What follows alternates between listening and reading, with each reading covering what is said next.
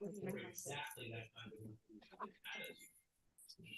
big deal that for years after instead of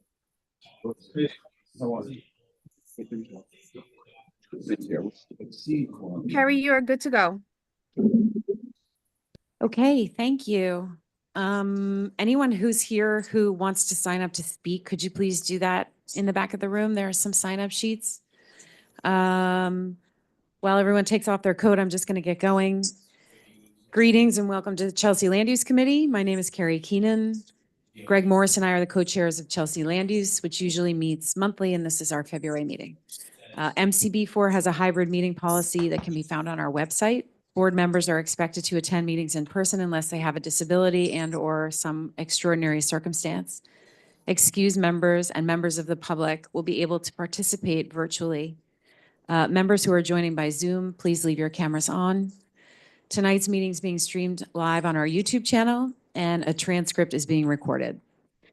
Tonight we have a very full agenda, and I just want to remind everybody that we do need to be out of this space by 9 p.m. So we will, we'll see how we go, and we may need to start to, put some time around comments in order to make sure we get through this agenda.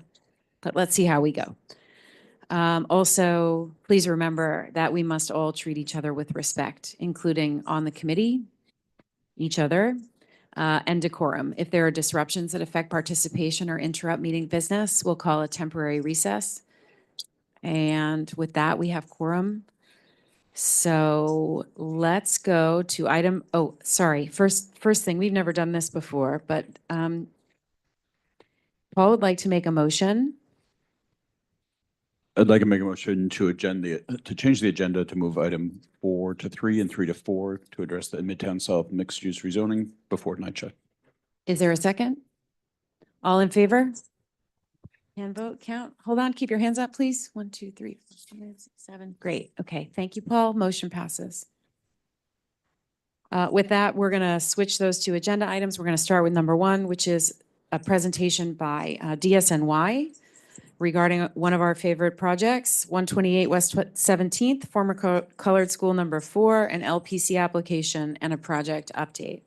Just want to first say that there were a lot of materials that we didn't get until late on Friday over, the beginning of a long weekend. So please understand if we didn't get through all of that application material, and we'll talk about it after your presentation.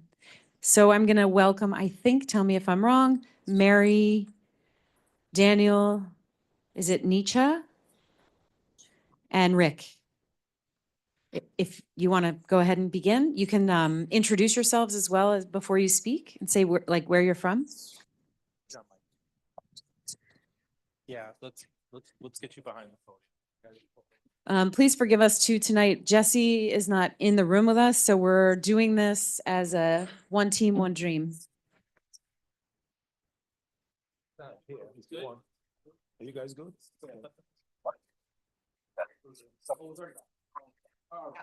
Do we need to move it Move it back. No, it's fine. Come on. Are you sure?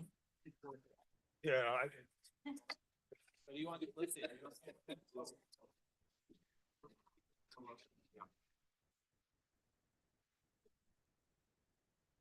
Nellie, do you know the name of do you know the name? You want to look at the Dropbox? Oh, I have no internet. Hang on. Is this the correct presentation? This is the one that I had in the Dropbox. So there should be 3 files that were sent. One was the facade assessment report. One was the LPC. I need you to speak a little louder. Sorry. Oh, I'm sorry. There should be 3 files. This is the LPC package, which is quite a large PDF. Okay. And then there's also a much smaller, it's about 20 pages PDF. A 20-page. I believe it's called the community board package. Okay, give me 1 second.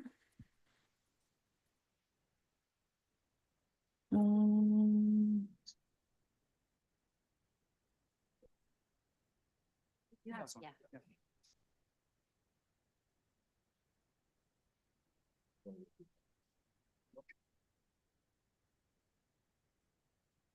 Sorry about that. Hold on 1 minute.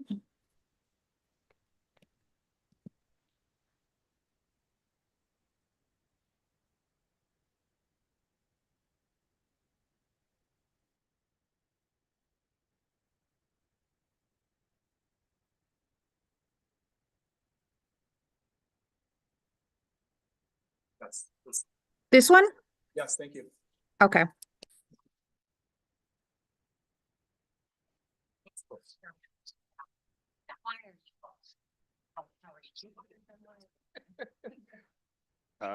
Thank you very much. My name is Bubemi Okotiero. I'm the Assistant Commissioner for Intergovernmental Affairs at the SNY. Can you guys hear me? Okay, good. So thank you very much for the opportunity to speak before the committee today. Just want to again thank you all for the last time we had a chance to talk about this particular project. Just wanted to kind of put some stuff in context a little bit before I have Daniel, Mary, and Rick, and I'm Steve Caruso from the agency. I do the presentation so that you know our charge really is to try to stabilize it, that property as it is right now is really, really in bad shape. All of you know that. So that's really the charge that we have, and to seek support from the committee and the board as we try to go through the LPC process that we must go through. In terms of future plans for the property itself, we are not here to discuss that since there's no plan yet. Hopefully, when we're very clear what we're going to be doing, I'm sure that discussion is going to happen. But just for the purpose of this conversation, I'm going to introduce Daniel and Mary. And I have Steve Caruso as well from DSNY, and Rick Hugh as well from DSNY. Thank you very much. So Daniel, I'm going to hand it over to you now to kind of. Thank you.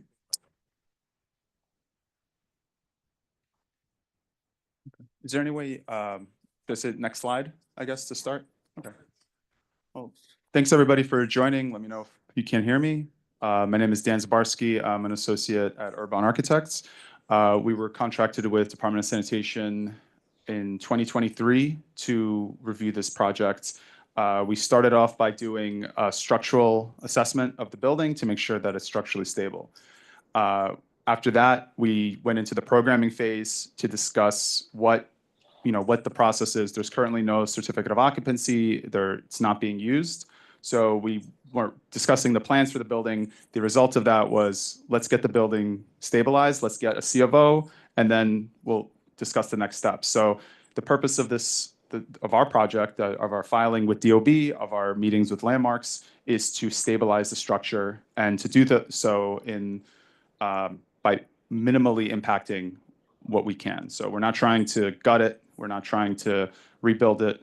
Yeah, we'll talk about it in a moment. So 128 West 17th Street, this is the location. Can you go to the next slide, please? I'm sorry? So this is a little bit of a summary of what I just mentioned. So DSNY is currently in the process of restoring the building. The main objective is to get C of O. We're not trying to occupy it at this time. We're not trying to do anything else there at this time. A little bit of history about the project in case some people here don't know about it. It was built in the 1850s. It operated as Colored School number 4 and was renamed as Grammar School 81. Shortly after that, it was used as the headquarters for the veteran volunteers. In the early 1900s, DSNY occupied the building, and then in 2021 is when we started the whole structural stability project. We wanted to make sure the building wasn't at risk of falling over, and then we started in 2023 the programming and design. Next slide, please. So we do not have original plans or drawings of the building, but this is the model primary school house plan and elevation, we believe that this building was designed for. So we believe that the back of the building is where the stairs were, and it was used as a schoolhouse. The facade in the second image, it looks very similar to what it does now. I will say that we have some early photos, we believe the facade was reclad at some point, and it used to have a darker brick. We did send a thorough facade assessment report. That's about 20, 40 pages. So that has all the information on that. But for this purpose, we're going to just do an overview. Next slide, please. A little bit more about some of the history, occupants, and timeline of some of the renovations that went on. So the building, we believe the building has had several alterations during its lifetime. This is based on historic documents that we've received. We have some microfilm from the 1920s that show a bathroom renovation. We have some information based on the structure in the building. There are new steel beams and lolly columns that were added. A new stair was added, new boiler room. So it's had quite a bit of work done, although most of that work was before 1940. So now that we're here today, we're trying to determine what can we keep, what needs to stay, and how do we respect the history. Can you go to the next slide, please? So looking at some of the conditions, the facade, as I'm sure anyone who's seen it, it's very badly damaged. A lot of the brick has gone under several, it's bulging in some locations. The lintels, especially at the top of the building at the third floor, it has severe cracks. A lot of this has to do with water infiltration. We believe that some of the damage is caused by the neighboring building. There's the leader that's spilling over onto the front facade. Some of the windows themselves, the first floor windows not shown here, those were replaced at some point.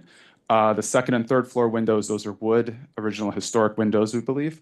Those are not in great shape, especially at the third floor because of the lintel damage and the brick above it in the second image. Can you please go to the next slide? The interior of the building is in worse condition. We did structural probes. We had our structural engineer and my team. We did core samples of the first floor, checking the actual concrete of the boiler room just to see how low the foundation goes. We opened up probes in the ceilings to check the joists. Most of the structure in the building is the original wood joist structure, other than the new stair that was added in the 20s. So we wanted to make sure that the condition of the structure was fine and we didn't have to replace anything. The consensus of this was the rear of the building where the bathroom was. That's the low point in the roof. That's where a lot of the water was pooling up. That's where it had undergone decades of water damage, and a lot of the joists were needing replacement. We based the structural design, the new design, we are trying to salvage as much of the wood joist as we can. We're not trying to replace all the structure if we can help it. Next slide, please. So this is before and after of the facade. We're not trying to change anything with the exterior. We would basically be cleaning all of the beige brick. This is not standard brick that we would use today. So we have a sample of the brick that we would use for matching, for color and size. We would clean off the graffiti, clean off the paint, and be replacing the windows and doors. I'll jump on that point in a moment. We are also replacing the stair, which is not visible. We have another slide in a moment that shows the proposed staircase and elevator that's required. So next slide, please. Here's rendering and before and after of the interior.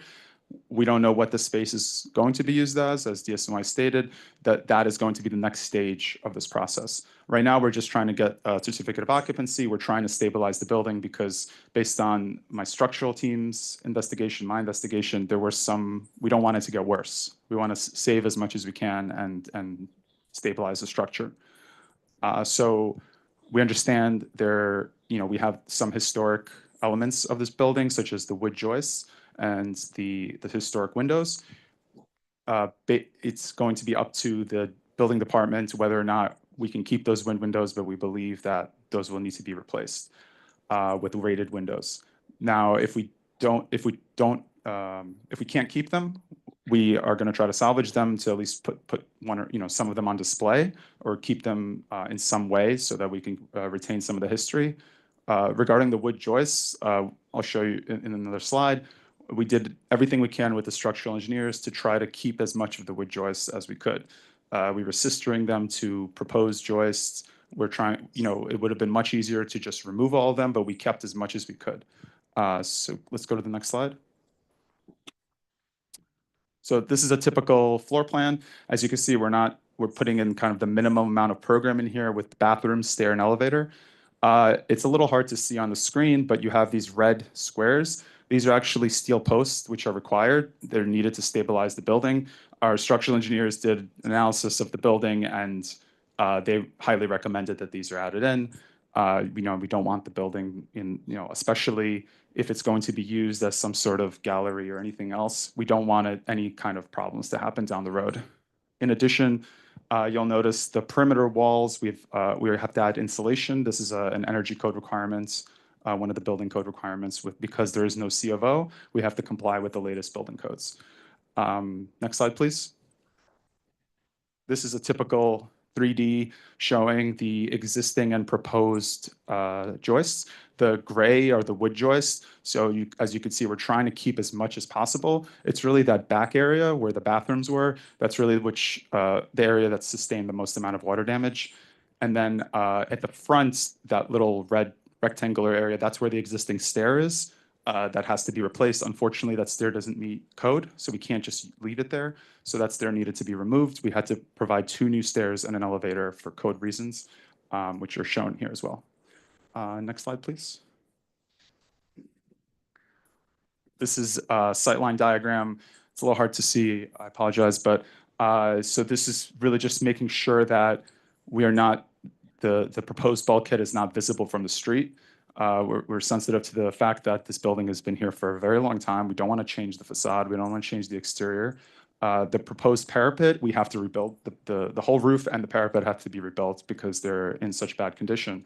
But we're replacing it to match existing conditions as much as we can. We have a lot of detail showing the existing decorative brick above the 3rd floor, the string coursing concrete that are above the 1st floor and at the parapet. And so you'll see in the middle, there's a new guardrail that's being added. It's being set back, and that's required for fall protection. So nobody's going to be able to see it. And then the bulkhead of the stair is as far back as we can have it. And we have a sloped roof there just to be safe so that it's not visible. Next slide, please. So just to wrap it up, the project's intent is to stabilize this building as soon as possible, make it safe and watertight. We're looking to establish a certificate of occupancy with the DOB. The existing wood joists, we're trying to salvage as much as we can. The building's facade shall be restored to match the 1930s historic character as closely as possible based on photos that we have, historical photos. Restoration includes cleaning of the existing brick. We're also going to try to salvage as much of the brick as possible. Only brick that is damaged will be removed and replaced, and we have a probe of one of the bricks that we can match for sampling with landmarks when we get to construction. So I think that was pretty much it. I don't know if anyone has any questions. Yeah, should I take a seat or stand up here? Thank you very much for not only coming to present, but for, starting all this work on this very important building. Is this the presentation that you're going to be giving to LPC? So landmarks, they wanted to see a lot of detail. We didn't know if, I feel like 1 hour isn't enough time to go through the entire package. We submitted a pretty thorough LPC package focused on the facade because it is an exterior landmark. That package did not have interior elements in it, but we did send it to the community board. We did add interior information such as the microfilm showing the 1920s bathroom renovation, the schoolhouse plan and elevation that this project was designed based on, as well as some of the timeline information for the interior. So we added some sheets for this community board, but the main LPC package was focused on the exterior.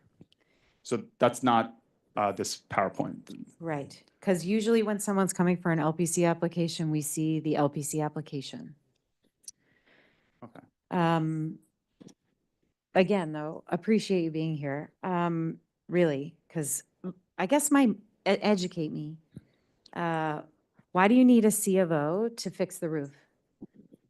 So we can't, unfortunately, we can't just go in and replace the roof without fixing the structure. And then we can't fix the structure without fixing, it's not like we can just, unfortunately, we can't just do one thing. We have to replace the entire building structure and the roof.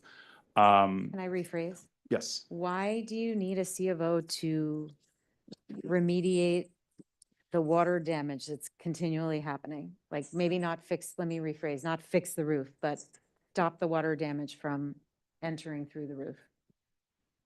So I don't, maybe I'm wrong about this, but I don't believe that we're able to proceed with construction, have a contractor come on, start a permit, pull a permit to do the work, assuming, replace all the structure, fix up the joists that are damaged.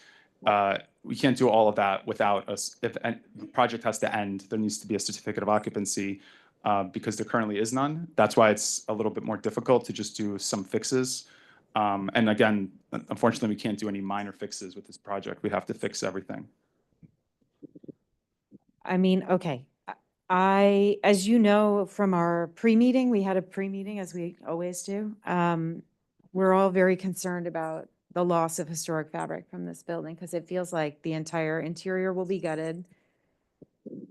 2 new big staircases will be built and there's not a lot of interior space left when you look at that. I know there's no commitment as to what the space will be used for, but it will stay in DSNY's control. I mean, you're not going to issue an RFP or?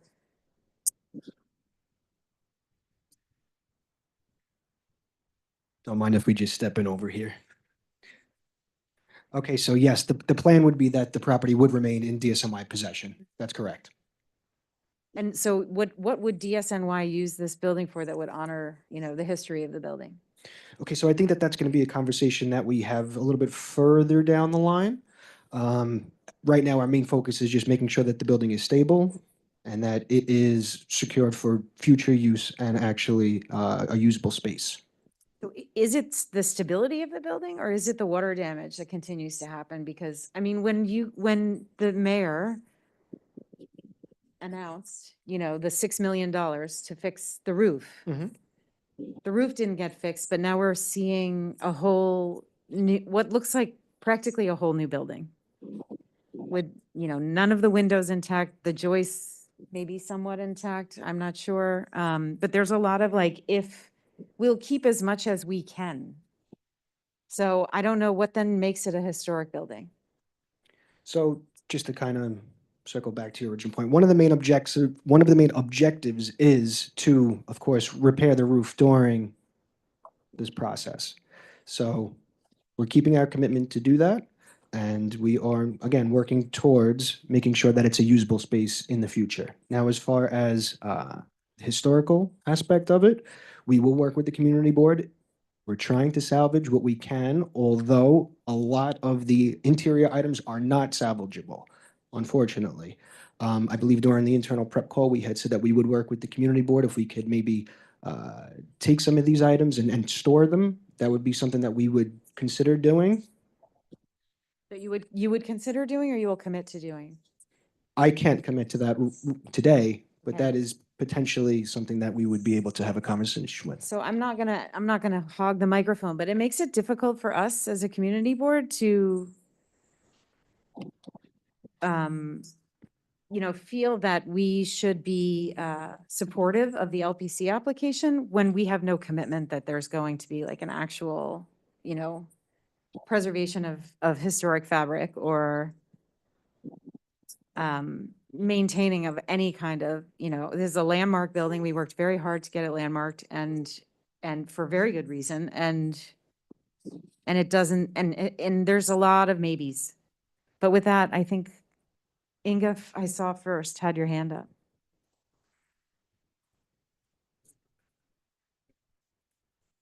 Here, I got it. No. Take it that way and then we'll put it. Okay, more to Carrie's point, I'm sure others will have a lot to say.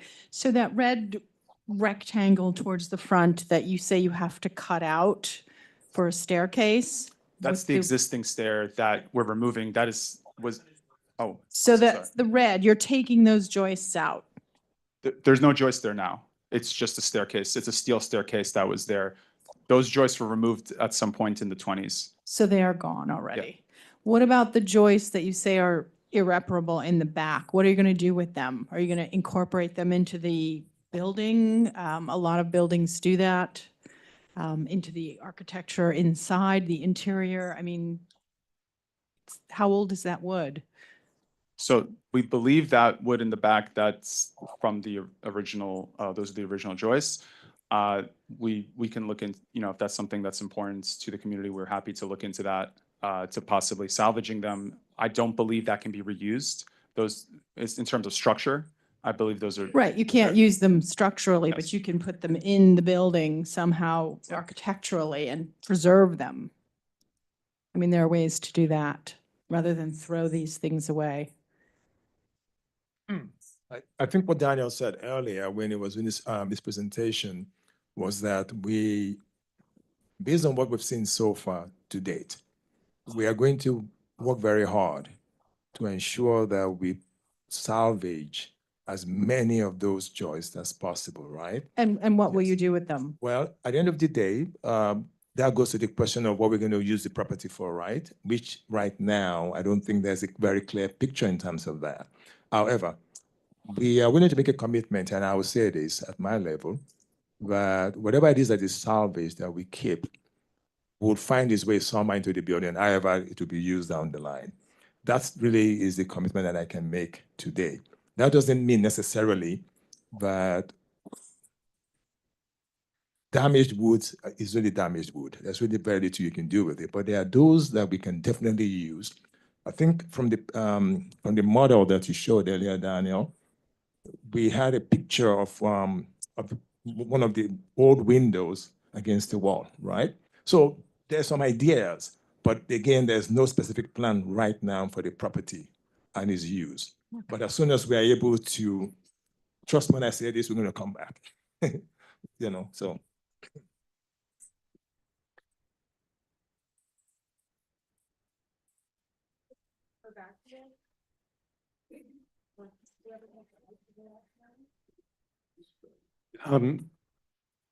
Pull up which drawing on the presentation? Show the presentation, maybe start with a page that shows the 3D view with the red joist. Yeah. Oh, he's referring to page 9, if possible. Can we share that?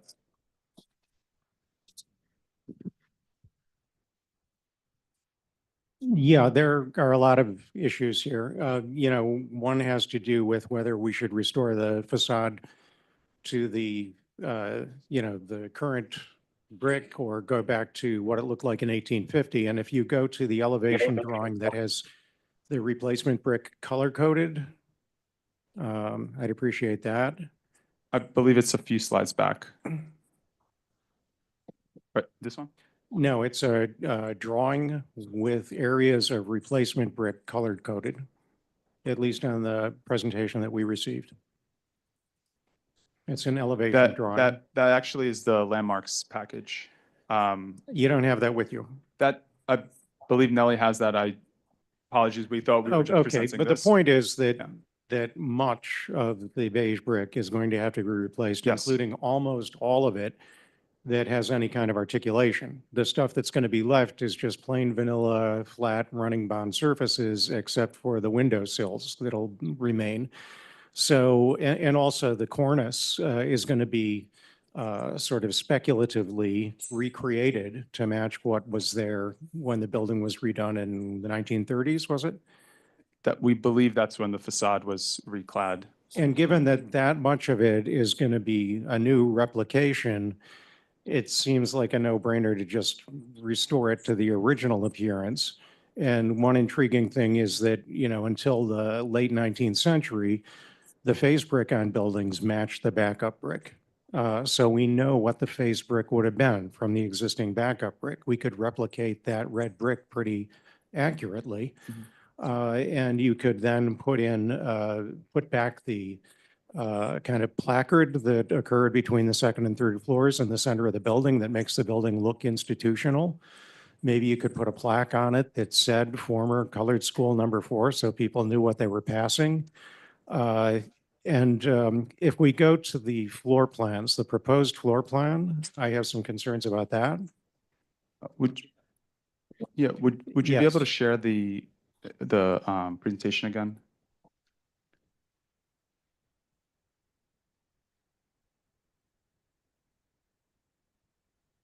Nellie? I'm sorry, which document am I sharing? The presentation you just had up, we had the typical floor plan. This over here. It was right before this. Page 10.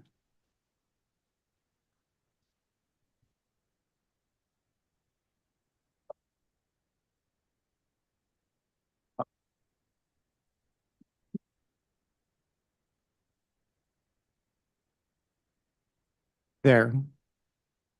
Yeah, Eric Botcher had talked years ago about creating kind of a white box space here. And I know you plan on continuing to use this building for yourselves, but maybe 20 years from now, there's an angel investor who buys the building from DSNY, makes it into a cultural center. You would want it to be adaptable. And my problem with this is that the space that's created is just kind of like a chute. Ideally, you'd have something more like a squarish open space behind the windows that was the full width of the building. Someone standing in that and looking toward the windows could have a sense of the scale and proportion and natural lighting of a historic classroom. Even for your own use, it seems like it would make sense to me to create a space like that behind the windows. On one of the other floors, that upper right corner is given over to like a lactation booth, which seems like kind of a waste of a window. I'm wondering if you couldn't consolidate those two stairs into a smaller scissor stair that would have a smaller footprint, or maybe move it opposite the elevator so it frees up more of the front of the building, so that it could some point in the future serve as a visitor center or a classroom or a meeting space for students. Further comments? I'm just looking at my notes here. Can I respond to your first comments? Yes. Sure. So we actually did have a few different variations of the layout. And the one that you were referring to with the stairs kind of consolidated and having a large square opening, that was looked at. The problem with that is, if it's not shown here, but at the first floor, you have a small vestibule by that stair on the right that's exiting. You need to have a way to get, you need to have, there's a code problem here. You need to have a way to get out of that stair into the main room as a secondary exit, but you also need to have a way to exit directly from that stair. Having both stairs in the back creates an issue where both stairs are exiting into the big open lobby. There's not enough separation between the stairs. You could create a corridor on the first floor that went from a rear stair all the way to the street through one of the two openings that you have. I don't know if by code, if you sprinklered and fire rated the first floor space, it could serve as part of the egress corridor from the second stair. That's typically done in apartment buildings. We did look at that, and you're absolutely right. That's a possibility. This is just the layout that we and DSNY wanted to proceed with. If the community board feels strongly about having a larger square space, we can look into that. That's something we could look into, because we did look at that exact layout that you're referring to. In terms of the lactation room, that can be moved as well. Right. And, it just seems to me there are really big issues here. One is, what the floor plan might look like. And Landmarks does have some purview over that, because you've got a stair and elevator bulkhead that is within their purview. But, more importantly, this is such a significant building, and our city councilman's been involved. And, I think It would help to have DSNY in a meeting with the city councilman. We also have a historically connected community who should be involved. And it's a big kind of philosophical issue. What point do you take the facade restoration back to? So I think that we should plan on having an interim meeting before the next CLU meeting to discuss these things and ask you to come back for another presentation at the next CLU meeting. Okay.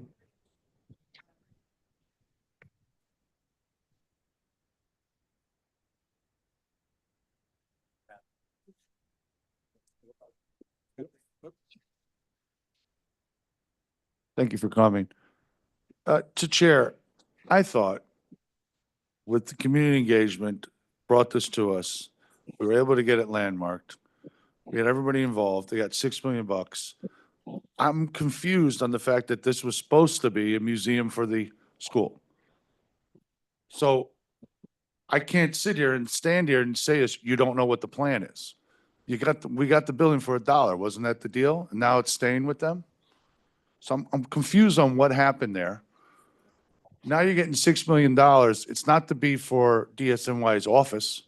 It's supposed to be like the tenement building in the East Village. That's what, if you've been there, that's kind of the vision. Here's the classroom. This is what's happening. I don't see any of that. So that's very concerning. I don't know what happened politically, but maybe we have to reach out to our council member and find out what is happening. My point is kind of towards David, if we can go back to the layout of the screen. Since we don't have a C of O, plus zoning that we're going for, right? Because we don't have zoning. Why can't the elevator and the staircases be at the rear? And then put the bathrooms in the front. Now we've got a big open rectangle space to be what it was when it was a classroom. Because we're going for all these things anyway. So I don't see why we're cramping everything into the space that we want to share, and it should be in the rear. So I think that should definitely be looked at, because we're going for new zoning. We don't have a C of O. We've got an open plate here. And we spent enough time, and there's $6 million. I think that should be looked at. As far as the facade, I agree with David. We should go back to the original. When it was built, we have that opportunity because it's not like a money save. The whole thing's coming down, almost. I would like to see in the facade, which I guess you might have sent, what's the lighting plan? What's the signage to show that it was a school? Do we want landmarks to approve a flag that comes out so when you're walking down the street, it says, something prominent? Let's showcase it to the community. It's a big thing you're taking, and I appreciate that. We're just coming from the other side of things. I think that's my main point, that I really think you should relook at it and put everything in the rear. All right. Thank you. Thanks, Brad. I just want to clarify, DSNY owns this building. They've always owned it. There's this $6 million was not contingent on them giving up the building. There's not been a plan for what to do with the building.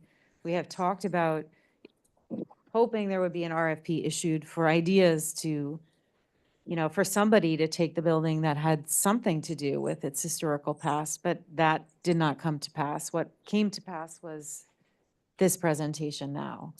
And it is disappointing, and it is disappointing that a year has gone by and the roof hasn't been touched. So another year of water damage has been allowed to,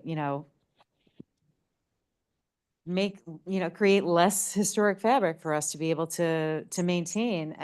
And I think that we're all expressing our frustration. Aaron, you said, would you mind? Oh, you got it? Okay. Yeah, I got it. Just quick question. Why is the building still staying with DSNY? Typically, when you actually have any building being given over for a use as museum or any other sort of community use, it gets handed over to DCAS or some other city agency which manages museums and libraries and stuff like that. So why is it still staying with DSNY? That's number one question. And number two question is that why is there not a comprehensive plan towards what needs to be done, but the $6 million can be used towards achieving the larger goal of converting this building into a space that it needs to become for the community? So to your Is it green? There you go. So let me attempt to answer the first question. Given the historical nature of the property in question, is one that is very, very sensitive, clearly, and is one that we take very seriously as well. And I don't think it would be right for me to stand here and say, oh, by the way, this is the plan that we have for the property as it is moving forward, without, at least from our own point of view, right, thinking through where the building is right now, what it is we need to do, like I said again, to stabilize the property, while, to your point, ma'am, about an RFP, what have you, as to what to do with the property, right, becomes something that I'm sure I can see your council member, Eric, whom I know very well, pushing for something like that.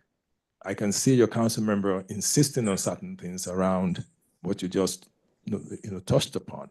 So I want to reserve that because I'm sure that discussion is going to happen, right? The property has been with DSNY since the 1930s, I believe. And because of that, right, we used it for a bit. As all of you know, it was out of commission for a very, very long time, but it's still part of our portfolio. Until such a time as there is a concrete plan, and I won't tell you what my own wish is, because I do have a wish here. I would rather say, if you can work with us, the comments we've heard so far, we're going to take it back, by the way, and see what we can do, to mitigate some of the concerns that you have. But to the extent that, we can do some of those things quickly, and to the point you made, sir, about it doing an interim meeting, if you will, I'll try and see what we can do to make that happen very quickly, so that we can at least get a chance again to, look a bit more of a deeper dive into the issues that you raised. What are some of the cost implications? I'm going to go there, by the way, of what you just talked about. These are key things that we have to consider as well. As a city, it's just the way it is. It doesn't mean we're not going to do it, but it simply means something we must think about and figure out the best way, to do that, which I think you guys are seeking for. So having said that, I think in terms of your second question, I'm sorry, I just went. No, my second question is the same that Carrie just asked you. That if you actually start making, to stabilize the building, you'll make changes to the fabric, interior changes. And those changes can potentially come in the way of what the community is looking to do with that. Fair point. So, that it might be a sort of, horse before the car or cart before the horse situation that we. Yeah, I think to his question and to yours as well and yours, and I think you were trying to answer that earlier, in terms of looking at how to program that space, my word, how do you now reconfigure the space to hopefully do some of what it is that you guys may be thinking that you would like to see, this building used for down the line? That conversation and those ideas are something that we're going to definitely take back and see what it is we can do. But at the same time, I'm going to push very hard for us to actually do that meeting very quickly to maybe we can tweak some things here and there to hopefully meet somewhere in the middle. That I can promise that I'm going to work on very, very, very, very quickly so that we can at least, because again, there's a time factor here for everybody. So I think the earlier we do the meetings and have the conversations, and then we can then move forward. Can I go? So I want to echo the concerns that we have that it's now been a year and nothing's been done to that roof. And it's just falling into continued disrepair. That should just be fixed before we continue on. I agree with David's comments that if the whole facade's coming down and we know what the brick could look like, let's do just a full restoration. I also know that from doing many of these landmark applications, we don't really have much say on the interior specifically, unless it's visual from the street. So if you're standing on the street and you're looking in, it should look like an open schoolroom. And so an open classroom. So putting a stairwell where you're proposing violates the landmark perspective on that. So from that perspective alone, I would suggest we deny this because it doesn't adhere to the landmark regulations. So I would look at Brad's recommendation of moving the stairs and the elevator into the back. You create big open classroom space at each of the levels, which would better serve for prospective programming in the future, which whatever entity comes to use it. So I'm in support of, let's get the facade back to its original composition. Let's look at the view lines into the building and how that space is configured, and let's think about some new configuration. So we have to hustle through our agenda. That doesn't mean everyone can't speak on this, but I want to just say, I want to ask you to postpone your landmarks application until we can have our interim meeting and you can come back and we can keep talking about this. I will say that when we had our briefing with you, we asked you to give us the landmark application. That is what we usually, that is what we usually absorb. That is what we usually come to you with questions when you come to present. We didn't get that in time. So we saw a version of the application, of the presentation that you gave tonight, and specifically said, we need the LPC application, what you intend to present to landmarks. So hearing all of this, I would ask you to please postpone and come back next month. Yes.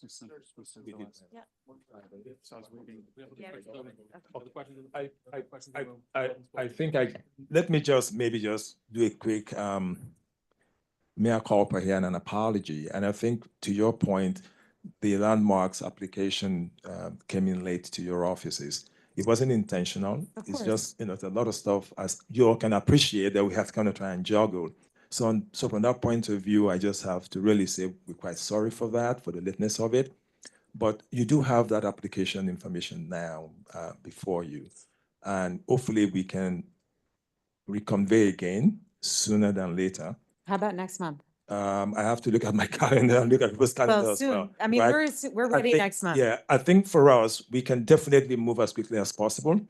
But just allow me to go back to the office and see what it is we need to kind of move around and then coordinate with Daniel and his team as well. I can promise you this, we're going to come back. Our plan is to get the support of this board to move this forward. To the extent that we can do that, we are here, to actually work with you guys, not to work in opposition to what it is you're trying to do. Hi. I'm not so sure of the process. We're just waiting. Carrie, Betty apologize. and Pamela We, have their sorry, hands I'll clarify. Nellie? Betty and Pamela have their hands raised.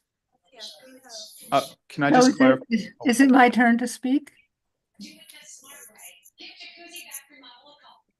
I just wanted to mention, we have spoken to Landmarks. We had an application with them. We're not proceeding with Landmarks until we have the community board's approval. Okay, so my question is about the C of O. You say that in order to work on the roof, you need the C of O. Is that correct? Depends on what work you're trying to do. To stop the leaking that's causing damage to the building. My issue is that I live in a building, we've been after the CFO for over a decade, dealing with Department of Buildings. And so I'm very concerned that you're waiting for that. And meanwhile, they're going to be asking you for all kinds of other things that you're not going to have because you're not working on the building. So how long do you expect that's going to happen? And is there any way of protecting the building until you can actually get that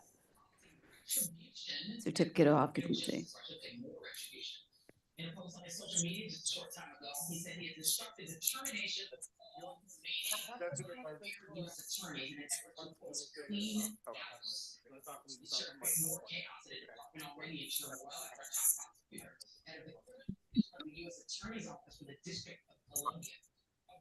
So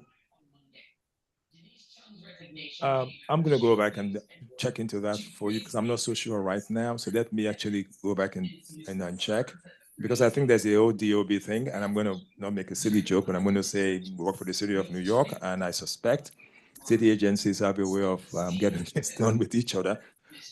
I'm just being a bit silly when I say that, but let me actually go back and see what it is that is the hold up in terms of that. Okay.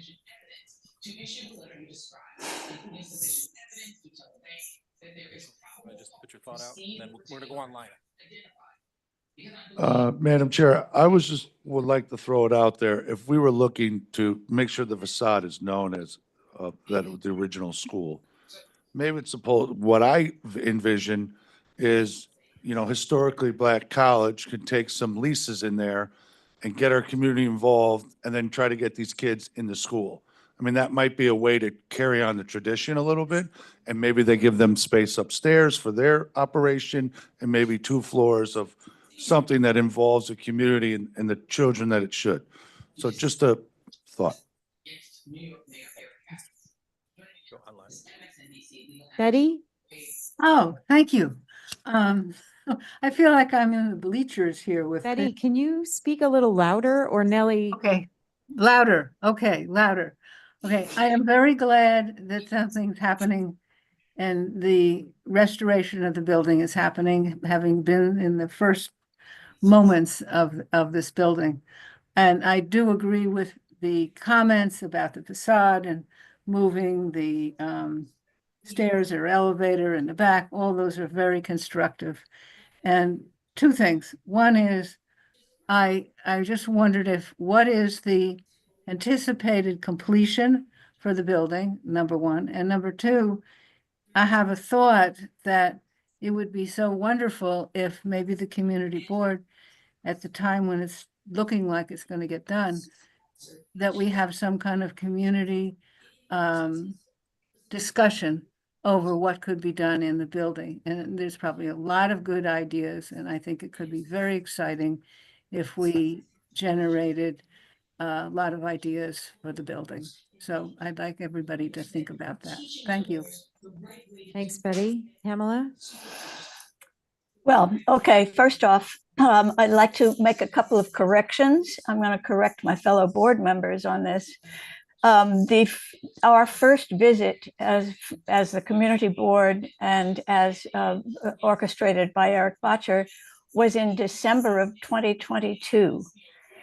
At that time, the roof was in very poor condition. There is a center drain that I've talked about quite a lot. It's not at the rear of the building. It's in the interior in the middle, and it was blocked. There was a pond, and there is a photograph of that among the papers that have been distributed. That condition has never changed. We were so delighted that the DSNY was getting $6 million.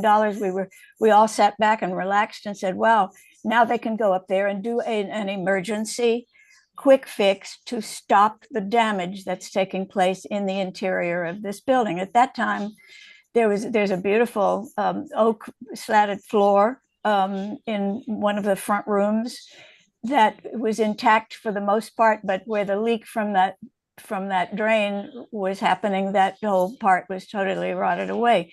That damage has not been stopped at all. And I'm very concerned that there have been a lot of reasons why that didn't happen. That's one point I wanted to make. It isn't just a year ago that we knew about this damage. It was in 2022. Another thing is, one of the drawings that we were looking at showed the layout of the building. It was a schematic drawing, and it indicates there are 3 windows across the street facade. I believe there are definitely 4 windows there. So I wondered why that drawing, maybe it was taken from another property or something, but you might want to check that out. Oh, As far as the facade of the building is concerned, I would make a point that it is probably cheaper simply to strip it and do as David Holoka has the concept that he's come up with, which I think is an excellent idea, to bring it back to its appearance in 1853, including the cornice that would be appropriate for that period as well. I also think that when the street facade gets a new face on it that looks a little more in keeping with its history, the 2 doorways have transoms over them, and those doorways must originally, in the school use, have said boys over one and girls over the other, and it would be appropriate to see some signage like that returned. Thank you. Thanks, Pamela. The mayor gave the $6 million to fix the building in May 2023, so a year and a half. Oh, I was just going to ask, do you know which drawing you're referring to? Because there's 2 there's a few that were shown. One was the model drawing that the design was based on, which was on one of the older sheets. But the current windows, it shows four window bays, two on the, 4 windows on the second floor and 4 on the third floor. One of your drawings showed three windows on the street facade. Oh. It was one that David actually asked to see So, again. Pamela, do you have anything else do you want to No, talk I'm about? done. Because we have people online. who would No, like to I'm speak. done. We should move Okay. this meeting. We're going to go to the members of the community. Could you, Nellie, could you bring over Eric Washington and Angel Ion?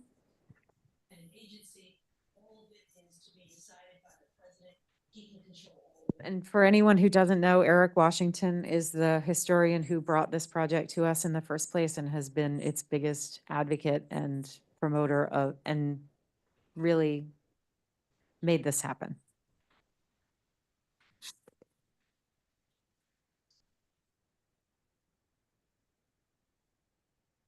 Eric, you're on mute. Can you unmute yourself?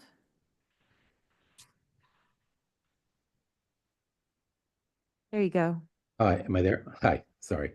Hi, I'm Eric K. Washington. So I am the historian who brought the building to Landmark's attention. Thanks for the presentation. I've got a few concerns and questions. Small, well, not so small, but there's some dates that are wrong. And I think those are things that ought to be corrected since they're for the record. One thing is of particular concern, and I had shared this with David and Pamela and others on by email a few days ago, is that the statement, I think, is in the conclusion on page 12, that the building's facade shall be restored to match the 1930s historic character.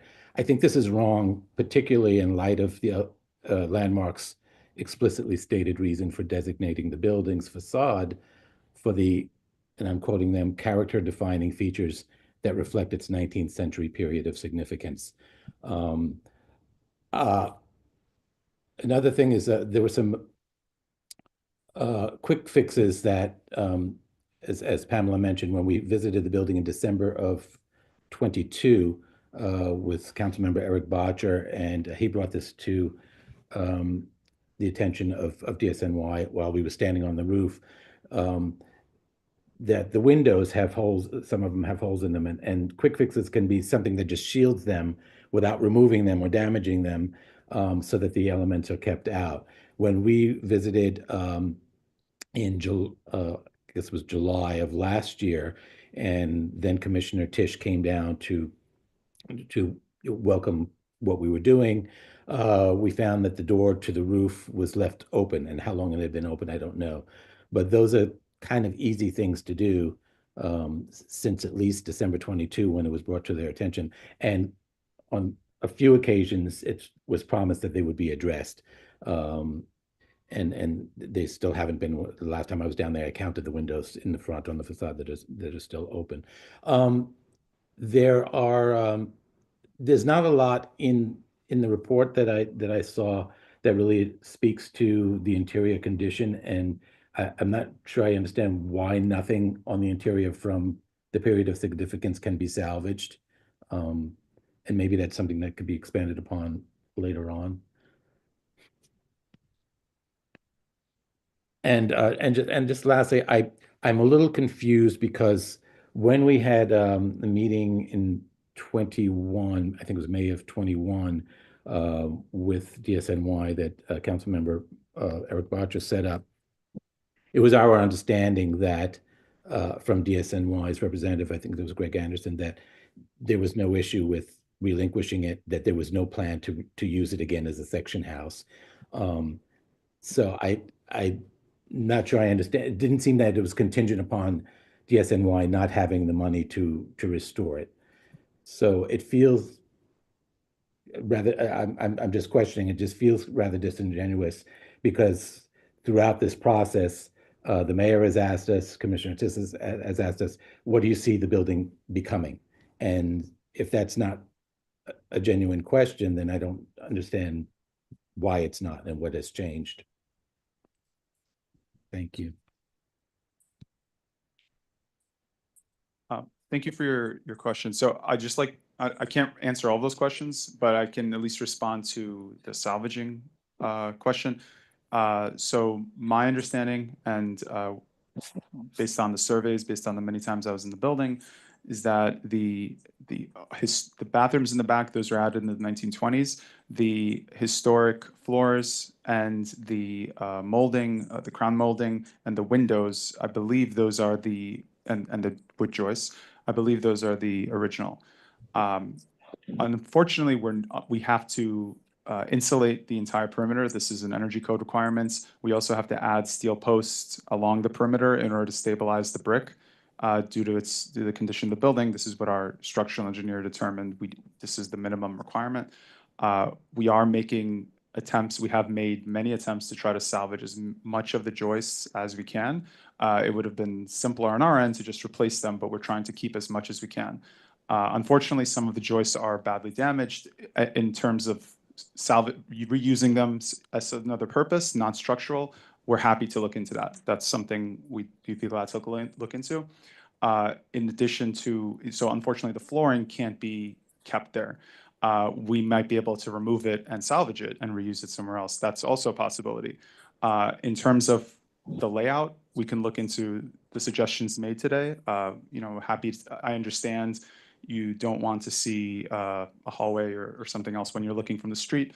Our intent with this was to do as minimum disturbance to the existing building as possible and to maximize the space. I believe that adding another corridor would reduce. I believe that adding another corridor from the stair, you might have a square room, but you would reduce the total square footage. That's why we went with this layout. But if you think that having a square room pays more homage to the original use, I totally understand that, and we can look into that. So as far as the other questions, unfortunately, I don't know about the door and things like that, why they were left open, but I'm sure DSNY will look into that. My principal question of all those was really, as a historian, what you see is what strikes you when you're walking down the street, and that is the facade. So I was taken aback to read in your report that there's even a thought of only returning it to the 1930s historic character, when that's not why it was landmarked. It was landmarked to evoke the 19th century period of significance. Thanks, Eric. Okay, Angel, and then Nelly, can you move over Layla? Hi, my name is Angel Ayona. I want to thank the Department of Sanitation for the presentation and their design professionals. And I can only echo what has been said before, but I would like to perhaps present it with a more clear perspective so that it's clear what the concerns are. The main issue I think that you're facing here is that it's very clear that when you told us that you want that what has been your design professionals have been tasked is with stabilizing the structure, that you don't want to create something new. But that's not really what you're presenting to us. It's very clear that what you're presenting to us is your design vision of what this building could be or should be and how it should be stabilized. And what you're presenting is far from being from stabilization. More importantly, what the issue is here is that we're not seeing that any of these interventions are guided by any kind of preservation approach. What is missing here is a historic preservation approach that it starts with having an assessment of the existing building, components, dating them, understanding what dates to when. We've seen drawings from the 1922 intervention. We understand that there is very little left from the 19th century layouts, but we know that most of what is there is from the 1920s. And we see that there's some additions that partitions have been added and so on. But what is missing here is a comprehensive preservation approach that allows everyone to understand the dating and the significance of each of the components in the space and in the building, so that we can make decisions as to what's appropriate and how they should be intervened. What you're presenting is pretty much an attempt to really create spaces that are defined based on your taste, your opinion, or your professional opinion, but really don't take into consideration the history and development of the buildings. So we really strongly encourage you to establish a preservation purpose for this project and to make sure that you have a preservation plan that helps you to guide decisions about how to treat any of those spaces. There are many statements that have been made over the presentation that are really very questionable. No, the DOB doesn't have to determine whether the windows need to be replaced or not. This is a building that, just so you know, it's the State Historic Preservation Office has already indicated that it's very likely that it would be deemed eligible for inclusion in the state and national register of historic places that will make the building exempt from having to comply with the Energy Conservation Code. That happens often in historic buildings, and in that sense, you don't have to replace the windows. You have to restore them. You have to repair them. You have to start from the roof.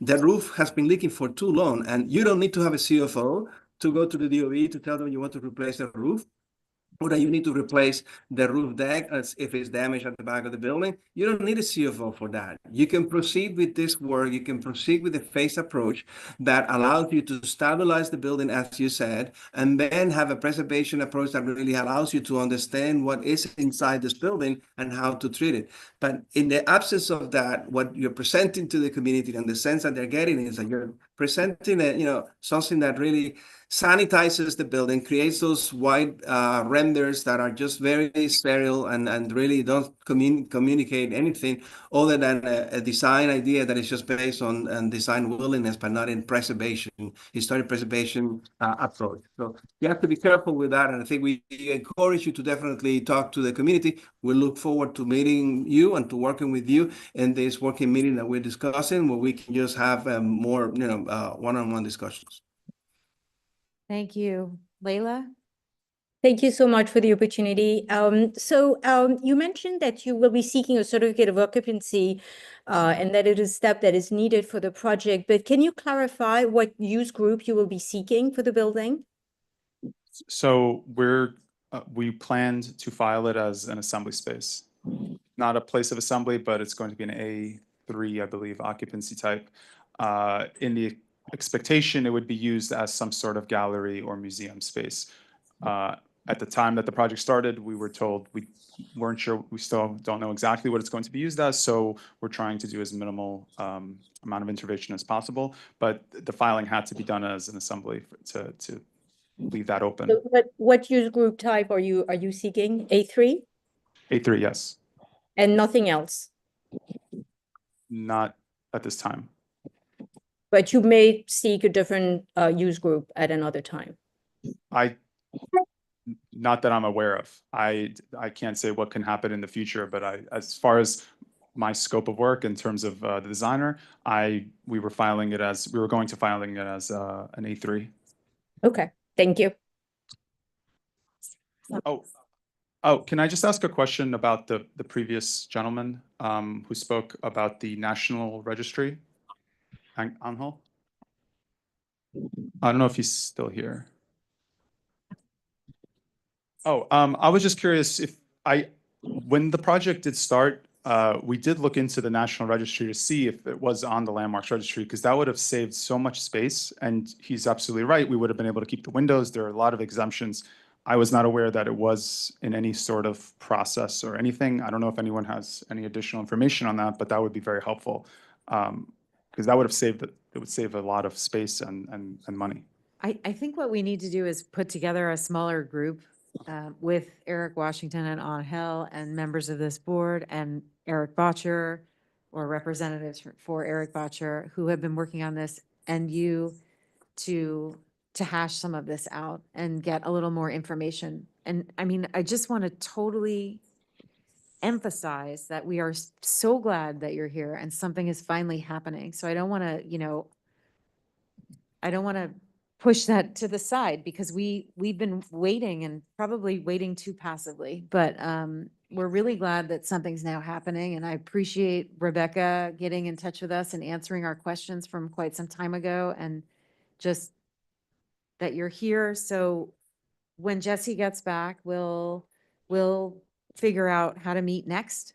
Who's gonna, who can be involved, like maybe Betty, Brad, Pamela, whoever else wants to raise their hand, or we'll just assign David, I know. And then we'll keep talking and without waiting too long, because the roof needs to be fixed and we know that. When is your next meeting? The next meeting is March today's 17th, but I'm not sure. It's the third Monday of every month. Today's Tuesday because yesterday was a holiday. March 18th. Thank you. All right. Close. I said third Monday, March Yeah. 17th. 17th. I was right. March 17th, okay. All right, so we're going to try, I'm sorry.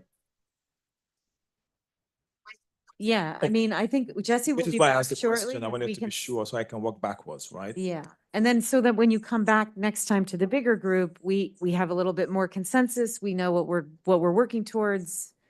We'll be able to review the LPC application like we normally do, and I know you guys have that already, but we're going to actually ensure this time around that we meet before the 17th. I'm going to work very hard on that. great. And see how we can actually get our folks together, and you let us know, Mr. Caruso here is going to reach out to the board with some dates. Great. That is possible for us, and then hopefully we can then, go from there. That sounds Hopefully to be a Teams call. If we have to meet in person, I'm It's sure we okay. can make We're that okay happen on- as well. We're okay on Zoom. Okay. Yeah, So thank then- you very much. Thank you very much. Okay.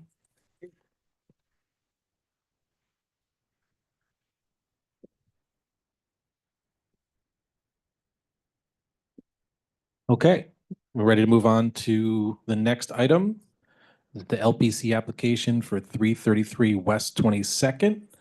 And do we have Buck more? There, Buck, come on up this way. Go for it. We did have a pre-meeting for this purpose to talk about this. That was on February 3rd. David, Carrie, Pamela, Greg, Jesse, thank you everyone for being part of the pre-meeting. I'm going to hand the mic over to you.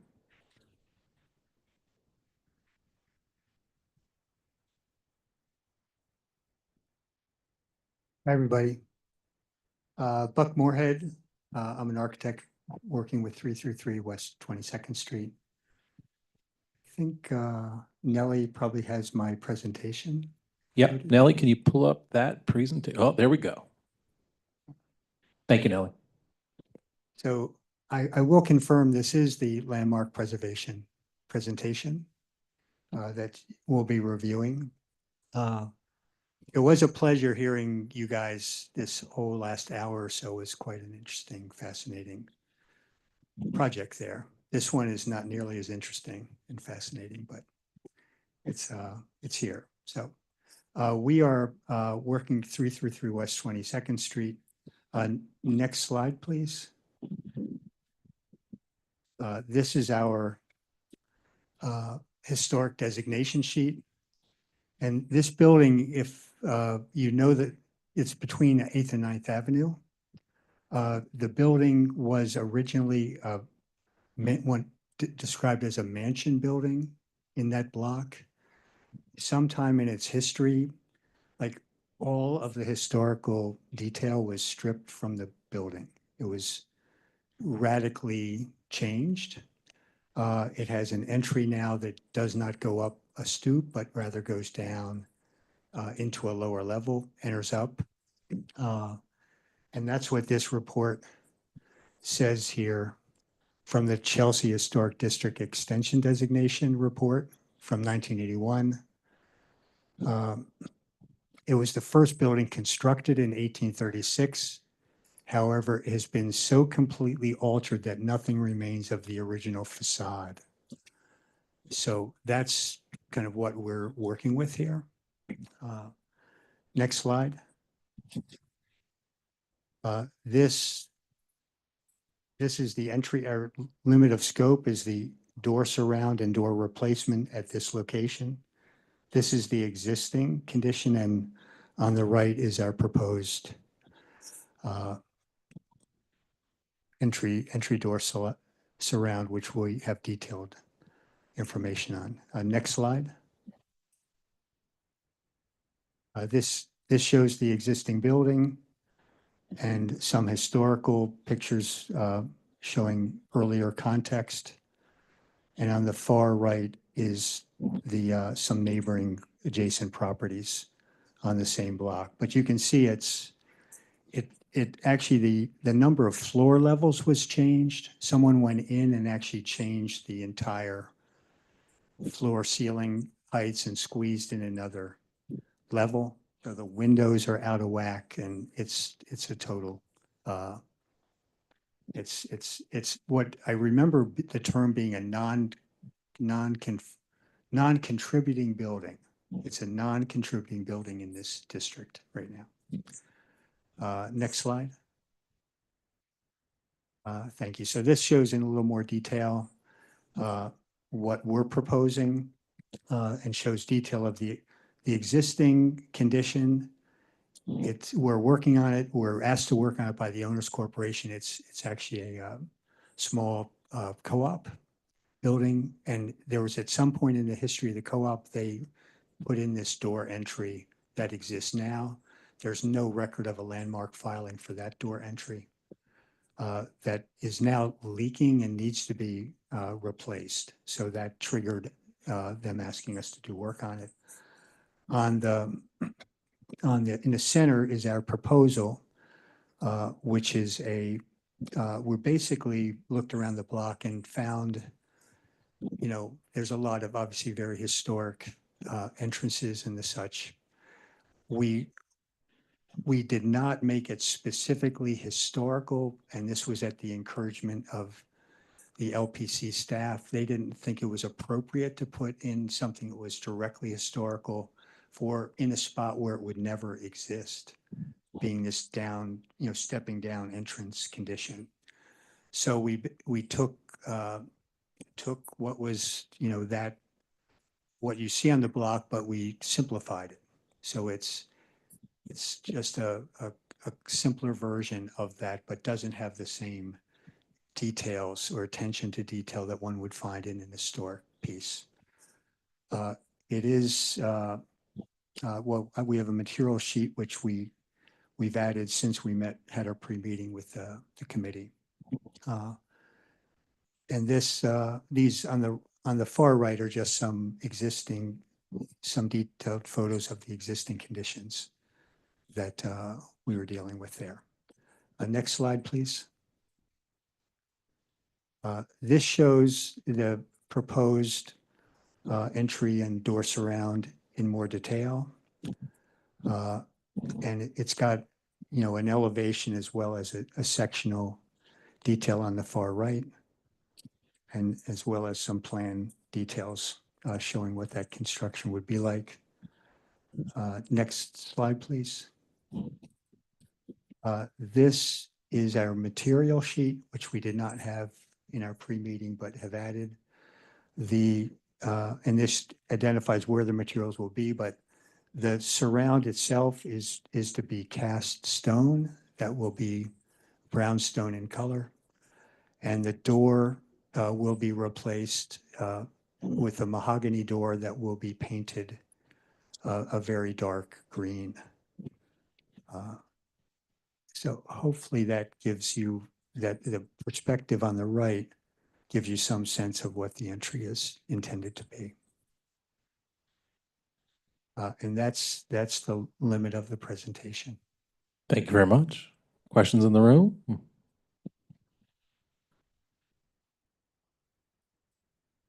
No hands raised online. Oh, sorry. I got to turn around. My apologies. Did the first cut sheet show the lights? The first show the lights. Yeah, what's the lighting package? It's just the existing lights are to remain. That's what I'm saying. So the lights that we're showing, the left and the right are staying. Yes, that's correct. Okay. And is the walkway being updated? No, it is not. So the brick's staying the way it is? Yes. Okay. And we're basically taking that old roof off and we're taking the old roof off completely. Right. We're building effectively columns on either side out from the existing brick and putting in a cornice And piece then above that. the door setback, gotcha. Door set, and the door is set back in the same plane it is now. And they're putting a security camera there? Security cameras moving from the inner vestibule to the inside of one of those columns. That's why I asked, because, you know, we go through this whole landmark things and then we just got a camera sitting there. Well, I don't know it's- what we normally say on that. We do ask, David, don't we? It's an intercom panel with a camera, just to be Oh, clear. it's just the mount. It's the one, It's in the, that you. like a call butterfly push button. system or something? I don't know the name. Right, it's not what, like sitting on the facade, it's. Well, right. I'm hoping it doesn't protrude, but it does, we're showing it protruding because they want to use their existing system, which is a surface mounted system moving from the inside out. So I'm showing it with a projection.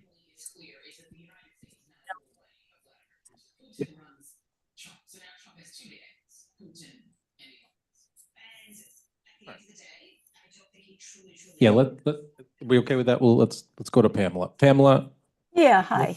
go ahead. I just want to say, I think that this architect has done as good a job as can be done with what he had to work with to begin with. It's a sadness that the building has been so stripped and so radically changed over the many decades. It would be lovely if the owners could see fit to put a cornice on it to give it a little self-respect. But basically, he's done what he can with what's there, and I think it will be decent looking and not obtrusive. And that's what I have to say.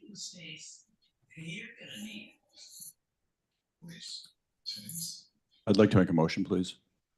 Any other questions, discussion? I'd like to make a motion that we approve this LPC application and thank the architect for the great work and contribution to our community. All those in favor? In the room, I see hands up. Online, hands up, hands up, hands up. That's it. Thank you. Yeah. Thank you. We get one. Thank you, everybody. I think you were worn out after the last one. You were happy. Thank you, Buck. Appreciate it. Thank you very much. So our third item is the Midtown South redevelopment, Midtown South, mixed use. mixed use redevelopment, text zoning amendments, text amendment, and ULURP. MSMX. MSMX. Oh, I put MDMX. So, you know, many of us have seen this presentation a few times. They had a public meeting where they presented it. This project spans 2 community boards, and the majority of it is in CB5, but that doesn't mean it's not important to us. Chelsea Land Use actually only has 4 blocks. And as we discussed last month, this was going to Clinton Hell's Kitchen Land Use. And they had a meeting which everyone was supposed to attend or at least watch. And Paul is going to give a quick synopsis of what happened at that meeting and what their recommendation is. They basically haven't changed their presentation except to increase. You want me to? Okay, never mind. Here's Paul. You're stealing my thunder. So, yeah, this is the Midtown South mixed use rezoning. It's 42 blocks in 4 quadrants in basically the Garment Center district. Some areas come into CB4, but it's mostly, as Carrie points out, CB5. We had early on in the process supported the concept of adaptive reuse and conversion of these buildings to residential. And we pushed kind of hard for focus on renovation rather than demolition, because a lot of that area was overbuilt. And so the speculation was by converting it, they wouldn't benefit from demolition because some of the stuff is already built at 14, 18 FAR. So the conversion factor would it would be no incentive for demolition. Changed. And now the way that they've structured some of these things, there is attainable FAR that can get up to 21.6 in this neighborhood. So we're concerned about the neighborhood character, but the discussion became, how do we define neighborhood character within a zoning restriction? So how do we raise questions to address that so that we protect the neighborhood character? So we, as a committee, voted to deny and we want influence on design factors to allow for light and air into the sidewalks and streets. We want to strengthen the street wall with no recesses.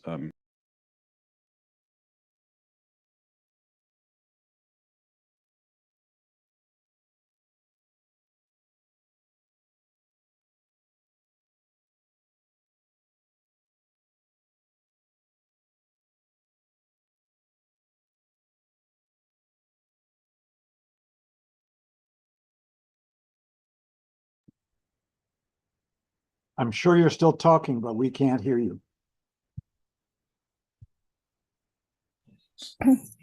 Thank you.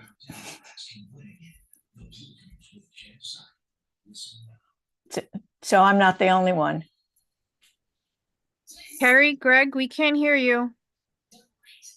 Paul? Anybody?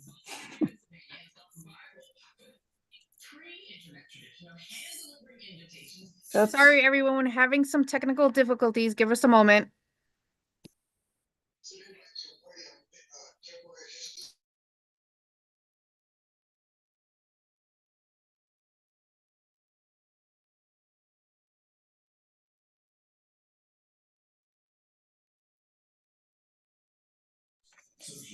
So Martin, we could chat among ourselves, I guess. Pamela, can you hear me? Now I can hear you. Okay, so this is now coming through my computer, which. They can hear. Well, that's fine. So I don't think that's the good solution because we're gonna have echoes, but. It's not a bad echo. Yeah, really.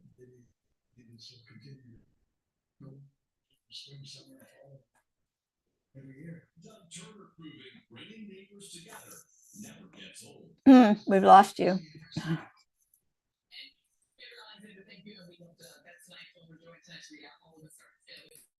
Just stand by for 1 second, please.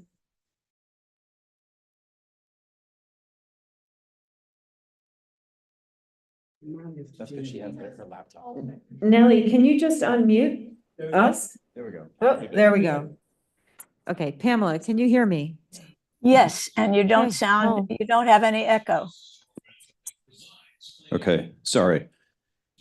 I'm not going to repeat all the intro. I'm just going to go through the conditions that we, as the Hell's Kitchen land use, are asking for. More demolition protection, design factors for light and air to the streets, strengthen the street wall and reduce the recessed areas, negotiate on POPs so that they don't have recessed with increased height as a result of the floor area moving up, negotiating special permits on over 12 FAR, increasing percent of affordability. Anything that's over 12 FAR is greater than 30%. The transit bonus, they're trying to go from 500 feet to 1,500 feet. We want to keep that restriction at 500. We want to avoid bonus layering. So if they have a 150,000 square foot school facility and then they get a transit bonus and then they get a POPs bonus, they keep adding more and more. And so we want to work on how that's layered. Mechanical voids right now are restricted in residential buildings, but not commercial buildings. We want to incorporate some language on that. And then to talk about neighborhood character in defining terms for zoning, we wanted some discussion around height restrictions. We're not sure how to apply that, and some balance between public realm, green space. So if we create green space, you're taking those development rates, putting them someplace else that impacts the other negativity things that we're talking about. So the concept is, how do we protect neighborhood character in that area? And this is the language we want to think about for the letter. So we're writing this letter on that. We also asked the committee to give us flexibility in working with Community Board 5. We have had, the leadership of the committees has had meetings with the leadership of the committees from CB5. And their timetable is slightly different than ours. So, and they're doing different things. So we're going to try to negotiate with them to incorporate some of the themes that they want into our themes so that it's two boards working together to try to work on that. The letter has to come out of our board, full board meeting. So we're going to write the letter for the full board. Hell's Kitchen Land Use has made this resolution and voted to approve it. I'm here to see if there are any things people from this committee want to add. And second is if the Chelsea Land Use Committee would make a motion to adopt the position that Hell's Kitchen Land Use took. And just to be clear, if you didn't hear it in the upfront, it's a deny unless all those conditions that Paul just read out are agreed to. Thank you, Paul. As you know, I'm on the Parks Environmental. Is there anything stated in there we could talk about the sidewalk scape and adding more? I mean, you know, they're entitled to put it in there, but I think we should say it. You know, I would like to at least put some language in there related to trees and tree pits and also I would like to put in there that some of these things need to get to a green point, you know. I don't know if we could do that, Paul, but throwing it out there. Thanks, Brad. That definitely came up. Leslie's also on Hell's Kitchen Land Use, so she did try to raise some of those topics. The struggle we have is that there really isn't any green space in these 4 quadrants that exist. So tree pits may be some method to get us some greenery. But to create green space means taking those buildings, the soft sites, we call them, the underbuilt sites, knocking them down, creating the green space, using those development rights and putting them onto something adjacent. So we are struggling with how to come up with language for that, but we'll incorporate something for sure. You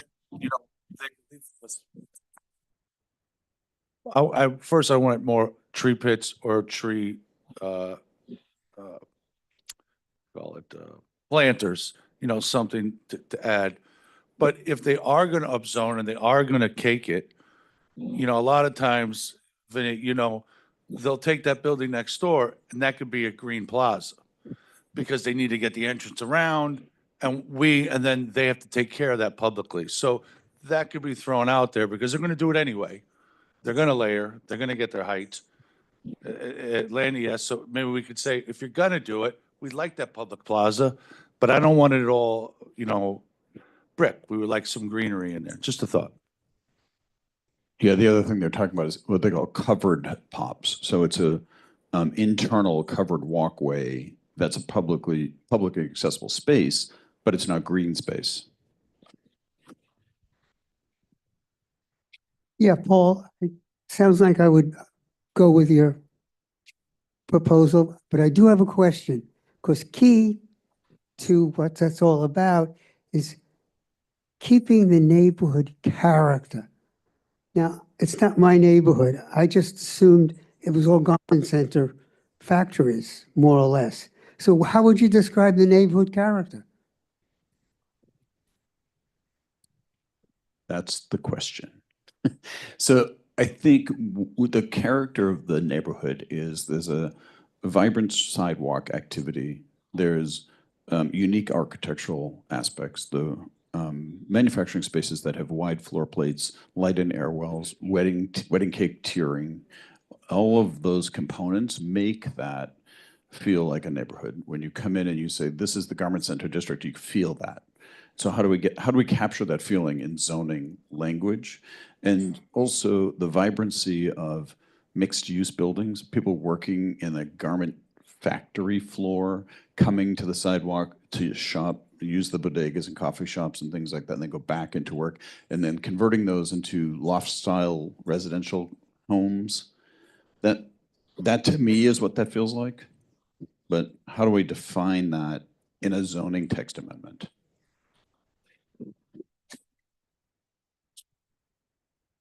You could use the language, it's not exactly the industrial look, it's manufacturing is what it's being used for. So there's a kind of cultural aesthetic that goes with it. And I think you could actually call it that, if you like, that you retain the cultural aesthetic of the place that's been there for X number of, Yeah, I agree.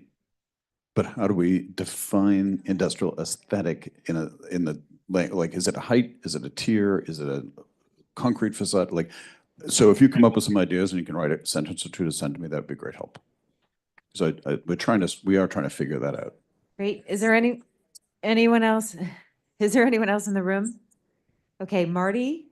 Thank you. Hey, Marty, one second. Can we just try to keep it down so we can get through this as fast as possible? Waterfront Parks and Environment has had a sort of a struggle in getting solar lamping in our city. This seems to me to be an opportunity to hit the Department of Transportation with, let's get some solar lighting in that area. They've I'm sorry, I resisted. don't know doing it. what solar lighting is. So can you help me with that? Well, there's lots of street lamps there, I'm sure. Yeah, Marty, I'm happy to add it in. Send me a sentence on that and I'll add it into the letter. Sure. Thanks, Marty. Is that it? That's it. Thank you. Okay, can we bring Christine over, Nellie?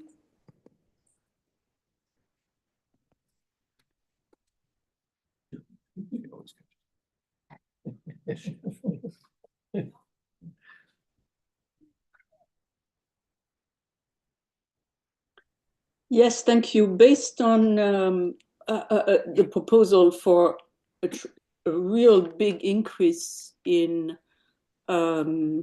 density, I think we should ask for widening the sidewalks, because the sidewalk as they are today are already very crowded. And if the buildings get to be bigger, we should have wider sidewalks. That would also help what Brad was talking about, adding some planters and some greenery, etc., because you would have more space to do it. So I would hope that you can add some language about that. Agreed. Happy to do that. Okay. Thanks, Christine. Okay, Inga, you want to speak or you?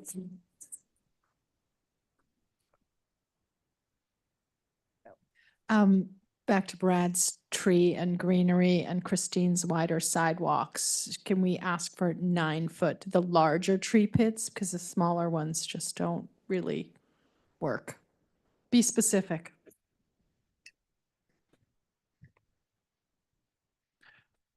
Yeah, we can ask for whatever we want. So the struggle in this neighborhood too, though, is and Christine, I'm going to call you separately on this discussion because I want to try to figure out best language. But the sidewalk expansion, if they try to push the sidewalks into the building lot versus into the traffic lane, that's a different impact. So I don't know what those streets are like, whether or not there's room to move into the traffic lanes versus moving the buildings back and having the recesses that we're opposing. So I want to find that balance. And then adding in 9-foot tree pits and things like that takes up the sidewalk space that we're trying to enhance. So we have to find a balance, but let's work on that. Thanks, Paul. So one more? Sure. Christine, I'm glad you brought that up. I mean, Paul, it's an ask. It's 3 lanes, right? There's no reason, well, I'm just saying on one side, it'd be nice to make it more pedestrian. We take a lane, we add more of this vibrancy of a factory. Now it's more urban living, live work kind of thing. That's kind of what this board's really pushing for. It's like what they're doing on West 14th Street, right? They're taking some, and that could be done initially in phase 1, just on a hardscape, and then on phase 2 when they got greenery and curbs, and especially the way we're trying to push the bikes. I just think it'd be a great living experience, almost like down on Wall Street on what's it, Water Street, where they've got that whole area. So something to think about.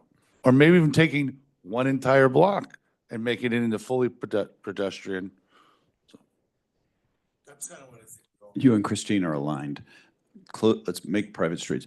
Yeah, no, I think that, but I think that the widening sidewalks certainly feeds into the neighborhood character theme. Buildings with now 8,000 new housing units dumping residents onto the streets that are too narrow of sidewalks. I think that's something that fits into the theme, so it's easy to do. So I'm sure if Paul would accept any other comments that anyone thinks about before the letter is written, but right now the proposal on the table is to support Clinton Hill's Kitchen land use in their letter, that they can say Chelsea Land Use agrees with all of the suggestions included that that we made tonight. Is there a motion? Is there a second? Great. All in favor? All right. Great. Motion passes. Thanks, Paul. Thanks very much. Thank you, everybody.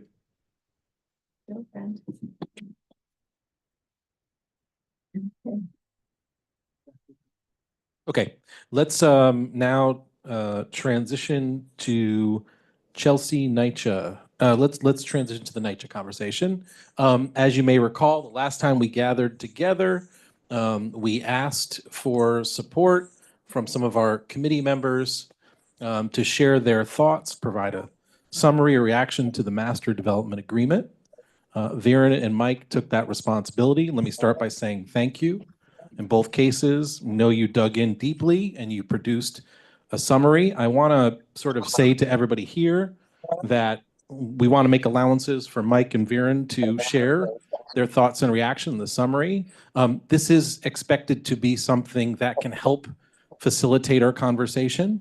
We recognize there are different points of view. We recognize even in the summaries, there are different points of view. But the value here is to just begin the process of digesting this development agreement, beginning a conversation in reaction to that. Before we dig into this conversation, I want to be mindful of 2 or 3 things. One, we do want to have a constructive conversation and make sure that is accessible so folks in the room and online can contribute. It's 8:15 right now, and we want to make sure that we have time for public testimony as well. So on that note, let's be concise where we can be. Let's allow for each other to communicate. I want to just reiterate in this case as well that these summaries are an opportunity to give us a start to digesting the master development agreement, but it is only something that is leveraged to continue the conversation. Okay?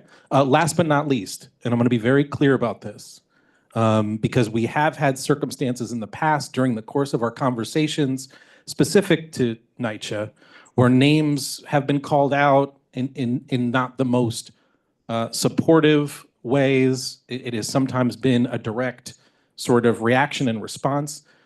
We need to check that. This is painful, this is complicated, this is hard, but we can't take it to the level of anything other than being respectful and generous to each other. Just setting the framework. On that note, Mike, who was the first one to submit his summary, is going to lead us off. And Mike, we're going to give you 3 minutes, and then we're going to have Viren weigh in after that for his summary. He's got 3 minutes as well. This is not, by the way, they're not arguing. This is just the reaction to what they read to help facilitate our conversation. Mike, the floor is yours. Yeah, thanks, Greg. I submitted my summary, I guess, last week, and it wound up in the Dropbox before I actually finished it. So I don't know how many of you guys have looked at it, but I can tell you that right up until the last minute today, I changed it. I refined it. So it's way easier to read. I think it tells you everything you need to know about the agreement itself. And then I've added my comments following that summary. So disregard what's in there now, and tomorrow I hope that you'll have the new one in there.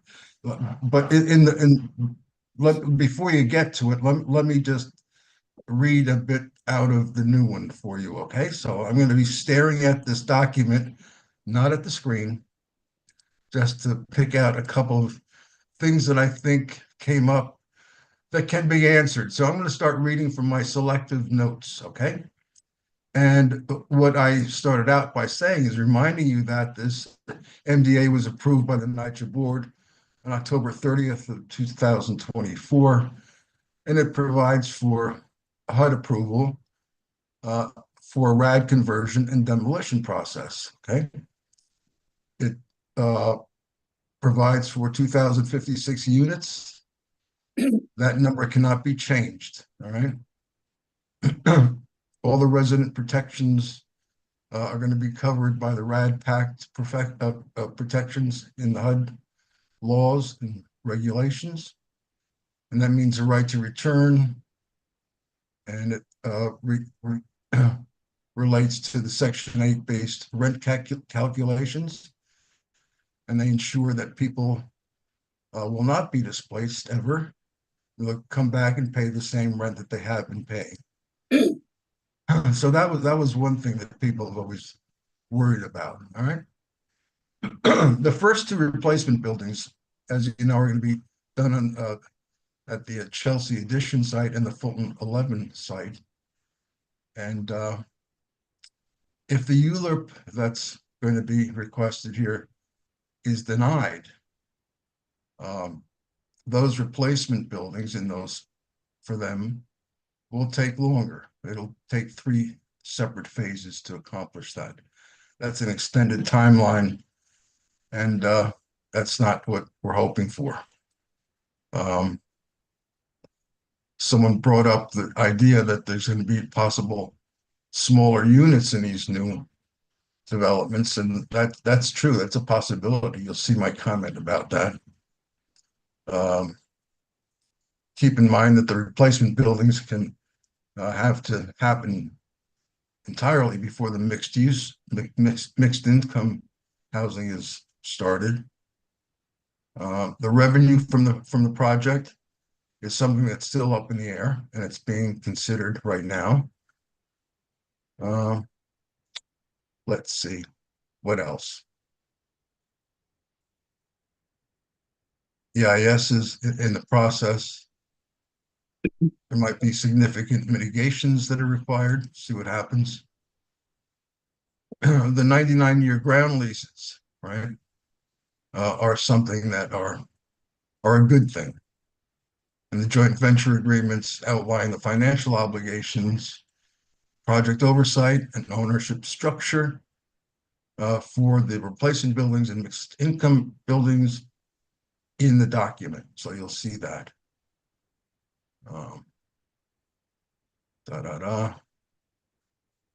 One second. That's about 3 minutes there, Mike, if you want to take a Oh, final is thought. okay. Well, look, so that's actually it. I mean, so I'm hoping that you guys will read this. It's short. It's real short, and it gives you everything.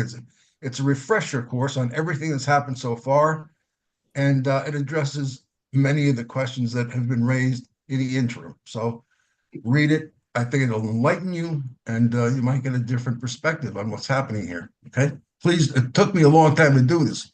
Read it. Take you about 10 minutes to read the whole thing, and you'll really know what's happening. Okay, I trust this document. Mike, thank you. Thank you for your efforts. Much appreciated. Okay. Viren, the floor is yours. And again, it's not a counterpoint to what Mike has put forward. It's about your reaction to your review of the MTA. It's a pretty long document, and if you really look at my summary, that kind of attempts to summarize what the main points are, but at the same time, you should definitely look at 10-page document, which I'm not going to read out here tonight. A couple of quick issues that I want to draw attention to. I'm not even going to take all 3 minutes because I think the document is worth reading, and I'll probably butcher it up because I'm not a good Having trouble hearing orator. Viren. Can you hear me? No, Can you hear need me to, okay? Viren, speak straight into the mic and a little louder, please. Okay. Can you hear me okay now? That's a little bit better. Okay. I'm going to try again. Anyway, so a couple of quick points that I want to make. Clarity and readability issue. This document is actually prepared with such dense language that residents are not going to be able to quickly understand what the implications are. Some sections that speak about financing principles and ground lease and all that, but all heavy on legal bureaucratic jargon makes it impossible for people to understand exactly how the financial plan is going to work. Some terminologies like the pact partners and resident rights and the bridge plan are not actually explained in terms of what they exactly mean and what the residents must understand, creating more confusion. There's some structural and logical flaws that I think the document kind of fails quite dramatically. There's no clear timeline with exact dates in terms of construction plan. It refers to general periods like spring, summer of 2025. So there's absolutely no clarity in terms of what the schedule is expected to be. The bridge plan section lacks specificity on how temporary repairs will be implemented before redevelopment, which could actually create more skepticism and fear amongst the residents. Zoning approvals are mentioned, but what happens and if the approvals are denied? That potentially is possible because DCP can make decision based on actual public hearings. And none of that is sort of taken into account. Redundancies in terms of legal ambiguities is absolutely potently there. I mean, you must look at this MDA. It's an agreement between NYCHA and Essence. It's not an agreement between the NYCHA tenants and NYCHA. So there's a kind of missing link that needs to be explained, that where is that agreement? Is there any sort of guarantees given back and forth? Is there a document that tenants would be able to sign off on, which would guarantee that, look, this is what you promised? None of that exists. Permanent affordability lacks specifics, and affordability component is very low, as we understand. 70% of the sort of new units are going to be market rate. 30% of them are going to be the sort of Section 9 based units. At the same time, there is no configuration in terms of how many units are going to be what size, what composition, family composition they've kept in mind. The big problem that I have is that if you have X amount of square feet of public housing today, but this document or no other document mentions what the sort of replacement amount is going to be. And that, I think, Section 9 folks should make a big fuss about.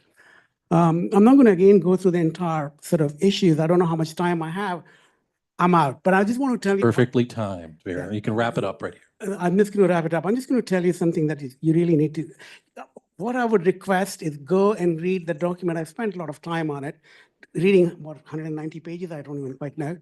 And even in school, I wouldn't do this kind of work, to be very honest with you. And the sort of bigger point that I want to make, final issue that I want to make is we have a situation for a landmark project, for just replacing a little fence or a little window, we spend a lot of time. And we actually make tons and tons of noise. Here, there's a major displacement idea that's being put in place. While we're actually debating this back and forth, the agreements are being made between NYCHA and the developers, but the residents are being kept out. At the same time, and from what I'm hearing, city council members are actually debating if they would even approve the ULURP application until some of the requirements are met. And many of those requirements are actually the ones that we have raised. I'm just very quickly going to read this, that you've got to get it right and deliver quality of life for NYCHA tenants that they deserve. ULURP process is 1.5 years away. We got time. We have time to fix something now, not later. So let's get that right before we move on. Please read the document. That's all I can tell you.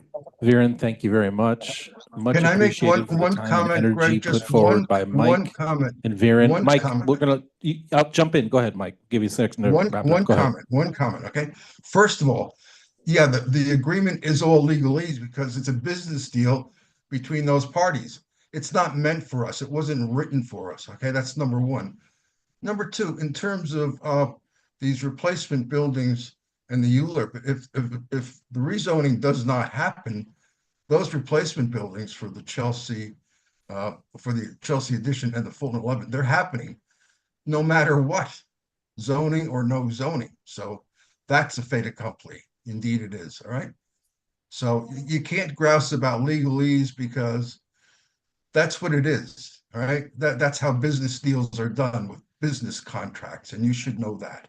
Well, let's pause there and just understand that the purpose and value of both of you taking some time was to give your point of view and your reaction. Okay.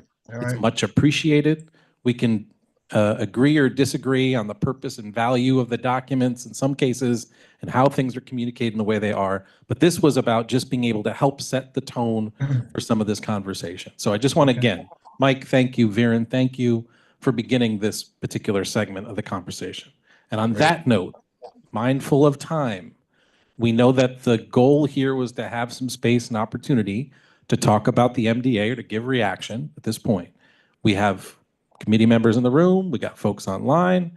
I think this is an opportunity to kind of get a sense of where we are. Now, before we do this, just going to try to emphasize for a minute that it may be likely that more than one or two people want to speak. So before we jump into any particular action items, it might be beneficial just to hear out folks in the room so we have some opportunity to make sure that people are feeling included in the conversation. I'll pause there.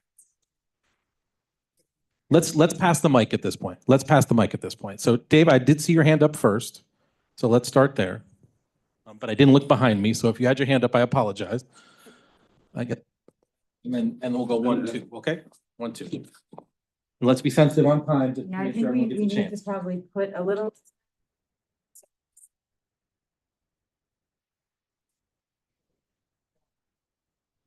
Oh, okay. I went through the responses, the response letters from NYCHA to our questions. A lot of them, they simply dismissed by saying renovation isn't envisioned. Some of the more important ones, we asked whether any of the Fulton or Elliot Chelsea buildings have structural defects. They said not that we know of. We asked NYCHA to release a detailed building condition and cost survey to better explain why Fulton and Elliot Chelsea can't be renovated at comparable cost to similar NYCHA developments, and got a flat no. We asked about the highest cost for any NYCHA renovation.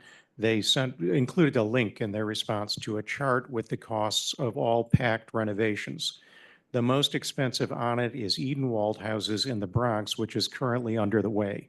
It's a very valid comparable to FEC because Edenwald has 99% of FEC's number of units and has similar high-rise construction with 14 stories among its 40 buildings. It's being renovated for a total of $783 million. That's over $1 billion less than NYCHA's $1.9 billion estimate to rebuild FEC. I'm very concerned that the MDA allows NYCHA to change the bedroom count of apartments. In a December CLU meeting with NYCHA and the development team, I asked how it, I'm sorry. I'll go to that line. I asked how it made sense to replace the FEC buildings at such a higher cost than comparable renovations, and Greg Gachet of Related replied that replacing the NYCHA buildings would be more expensive for sure, but that new buildings allow us to have other tax and bonds, et cetera, to help close the gap. Those tax and bond incentives are meant to stimulate creation of new affordable housing, not subsidized wasteful demolition of structurally sound public housing, and needlessly replace it to the tune of over $1 billion. There are only so many of those tax credits and bonds to go around. They are effectively public money that could be used elsewhere. And the MDA commits to 1-for-1 replacement of public housing units, but not bedrooms. Back in October of 2023, I asked Jamar Adams how over 3 of the Fulton buildings could be consolidated into one new building. He said that because, for example, a senior in one of those buildings, say in a 3 or 4 bedroom, would be downsized into, say, a 1-bedroom apartment in the new building. Well, I found online a document of that NYCHA published itself last month, and it says that among public housing buildings in Manhattan, 49% of heads of households are 62 years old or older. So that we're going to have a ton of empty nesters and lose a slew of bedrooms through this project. And, you know, those bonds and tax credits weren't meant to be losing us capacity in the NYCHA buildings. Thank you, Dave. Let's let some other folks get in. Inga, I think your hand was up. We're going to stick to that was a 3-minute there, and I'm going to stick to that. I'm not even going to take that long because mine will go way over. Much but, appreciated. So I'm just going to mention one point, which is the developer's contribution in equity, which is way below what is normally put up for these things. It's 3% or 3.15, and typically it's 20%. So they have no skin in the game, basically. There are many other things that I have to say, but I will send an email. I mean, Okay. that's a big one. They're not, I mean, they're putting in a little over 3%, and typical, these deals, they put in 20%. So why? Yeah. Thank you. Thank you. I was wondering if we know if they're meeting their obligations on the bridge plan, their obligations 2024, how do we check that? Great question. I recall asking directly, and we may have a comment from the back on this, but I just want to note during the course of a specific meeting, when the last time we heard this, we were told by the Essence related folks that there would be regular reporting. It was not identified how that would look. It was not identified exactly what that would mean, but that there would be regular reports. I am not aware, co-chair, I don't think we're aware of any specific update in that regard. They mentioned a website, right? And they did say that the website would someday be up. It's up, but it doesn't reflect the tracking mechanism related to those results.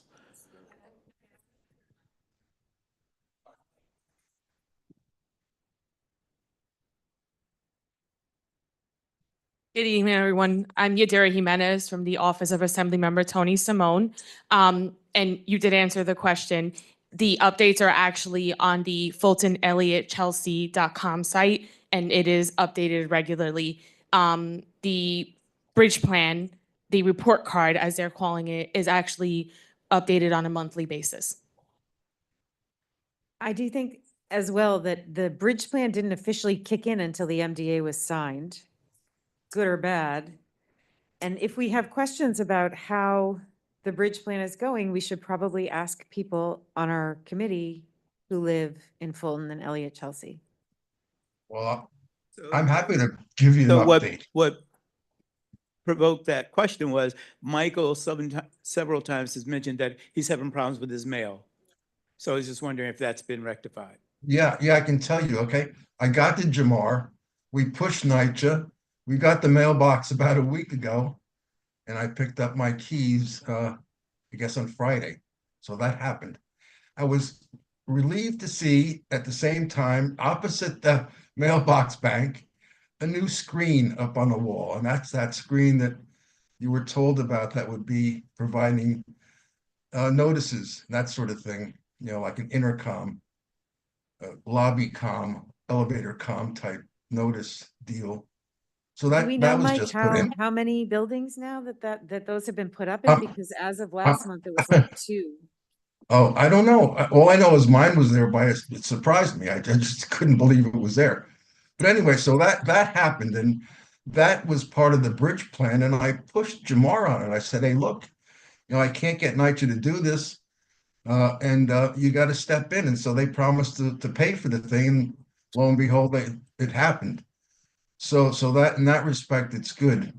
All right. So what can I tell you? That's my experience. Thank you. Okay. Bert, I'm gonna let Bert go. Yeah. I just want to say, not getting into the specifics, I haven't had a chance to read your new version, Mike, and your version, but I don't trust the agreement. Because the important questions that David was referring to, they don't want to answer. It's not the agreement I don't trust. I don't trust the participants of the agreement. And I'm just not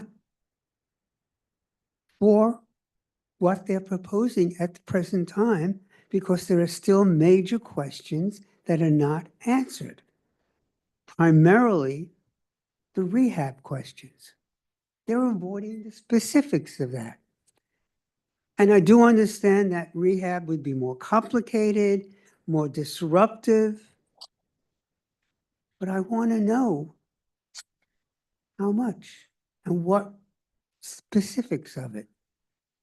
I mean, I know Edenwald houses. I used to live up there. We had actually, Edenwald was a very interesting place. It had a reputation, but it's huge. But it's also built, Edenwald was built on empty land.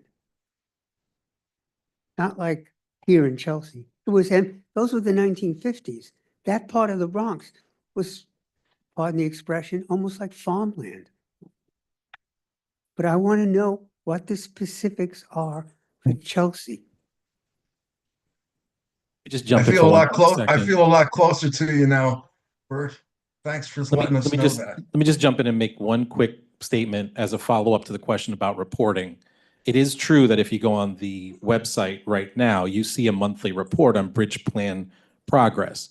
Rodney, specific to your question, what I was saying was something that I brought up during the course of the meeting with Essence and Related, which was this development has an existing set of orders that have been put in, tickets that have been put in for repairs.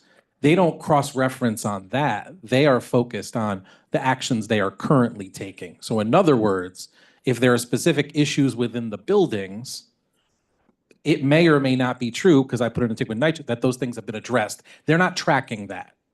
Or at least that's not what they publicly put forward. It is correct that they provide a monthly report based on their action items. I was simply talking about the cross-reference between the existing problems and whether or not those have been addressed. Just wanted to clarify that point. Oh my, wow. I'm out of time. Go ahead.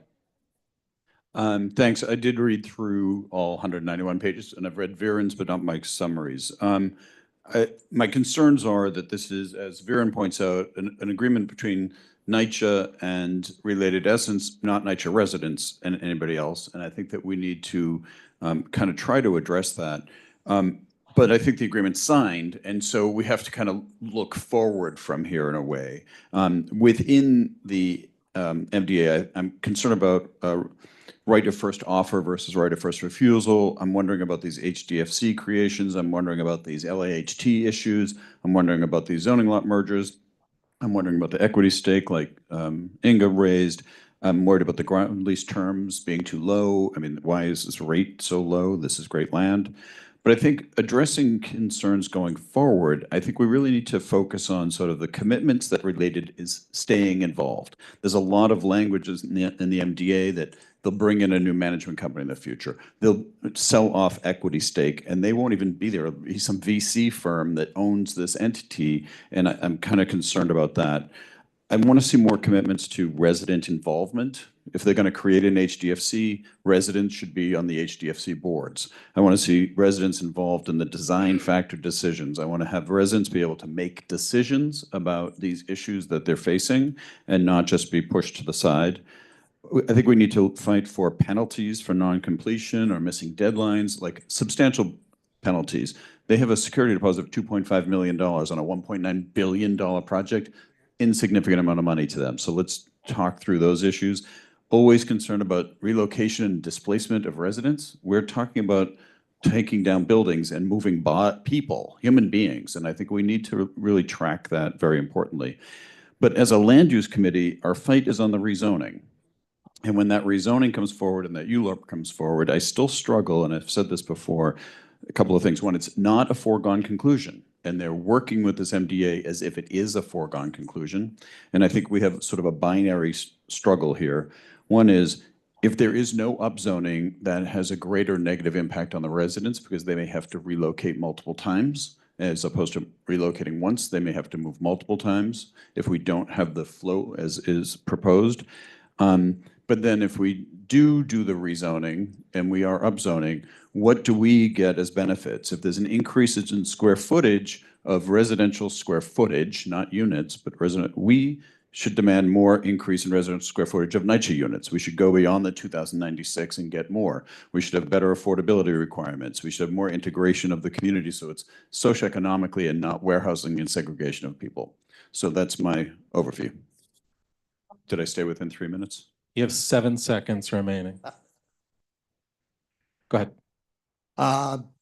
Since I happen to be a resident of Fulton, formerly of Elliot, Chelsea, I can discuss firsthand my experience with the bridge plan that's been implemented to a certain degree. Rodent and vermin infestation countermeasures have been put in place for the past couple of months now, and we've seen a big improvement on that. They've literally put mesh over the soil, underneath the soil to keep the rats from coming out. They've been treating the areas around with traps, unfortunately poison, but you know, that's what they're using. And we saw a downturn in the amount of mice, especially in my apartment specifically, because I happen to live on the first floor. So that was a major issue there. No matter how much you clean, how much you take care of the apartment, they were just coming in. So anyway, also as far as security goes, we're usually updated every month at the Tenants Association meetings, which we held regularly. And related, in essence, is usually there. Jamar is a regular fixture there, and he's always there to answer questions, and he briefs us on what's the newest, any changes that have happened or what's to be expected in the next couple of months or so. As far as the preparation for the folks in the building on 19th Street that are going to be relocated temporarily, their apartments already being prepped on the Fulton campus itself, and it looks like we're going to have enough for everyone there so far. Basically, they're getting a really nice deal because they're putting wood floors down. They're making them look like not a non-standard NYCHA apartment, which is pretty cool considering these people are sacrificing for 1 year for the good of everybody. You know, so they're having pretty much weekly meetings over there with the folks there to make sure they have everything they need and preparing them, because the hope is like they're saying, spring or summer, hopefully that's when the folks will be moved out, hopefully, and hopefully the first building, you know, will be demolished, and then they'll be prepped for the new building going up. As far as security, basically we have security in place, but it's not the best, unfortunately, because of legal limitations. They cannot go up the stairwells. They can only go to the lobby, which is ridiculous. But we've spoken loudly and about it, and Related has been very responsive. So they've discussed the possibility of bringing in another security company in to associate to work with this one, supposedly. I don't know what the plan is yet, but there's been discussion on that. As far as everything else goes, the support has been, they've been very responsive to our needs. You know, basically we've had issues just like Mike has, and basically if we discuss with them something particular that's been happening, they try to push it along as much as possible, as much influence as much as they can. So thank you. I'll be real quick because Paul really handled a lot there. My always concern is the buildings are in this position because of NYCHA and their management. And I like your point, the long-term plan. So just so I understand the deal, is NYCHA completely out and they just own this land and then it will be completely managed? I mean, so it's we're not going to call it a NYCHA building anymore, correct? Because I think we should make that clear. Right? Keep to it. Meaning they own the land, but they're just landlords. But they're not considered is it considered a NYCHA building with NYCHA management and NYCHA unions and the rest? No. Okay. Well, that's good. I'm glad they're not doing it. That's why I wanted to make clear. Thank you. That's online. But I do see people's hands in attendance. Yeah, I'm gonna go. Salinas. 1, 2, 3, and we'll do public in person, then we'll do. Oh, right, yeah. sorry, yes. We're gonna do in-person public testimony at this point. We'll do 2 minutes. It's 1, 2, 3. Renee ejaculation. Okay. Next this. Renee, you're up first. I'm gonna do 2 minutes, okay? So in case of the monitors, they're in what? 7 buildings. 466, 264, 446, they're not operational. 443, 427, 450, and 46. 436, it's only English. That doesn't work in NYCHA. Yeah, they still do it.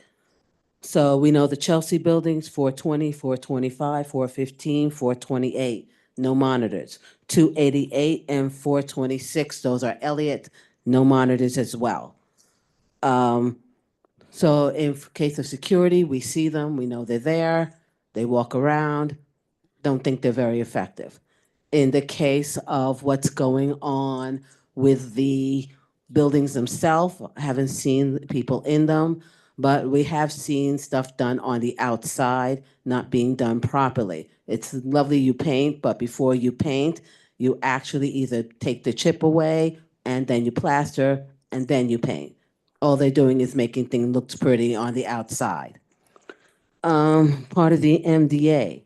I still don't understand how someone returns to something that does not exist. That's something that does need to be explained.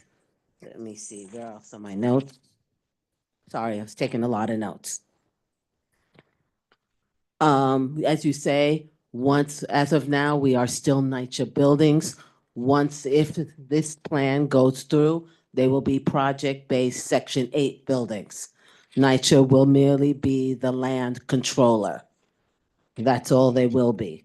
They will not look after anything. They will not be included in the process. All they will be is people who will reap the benefits of us. So, let's see.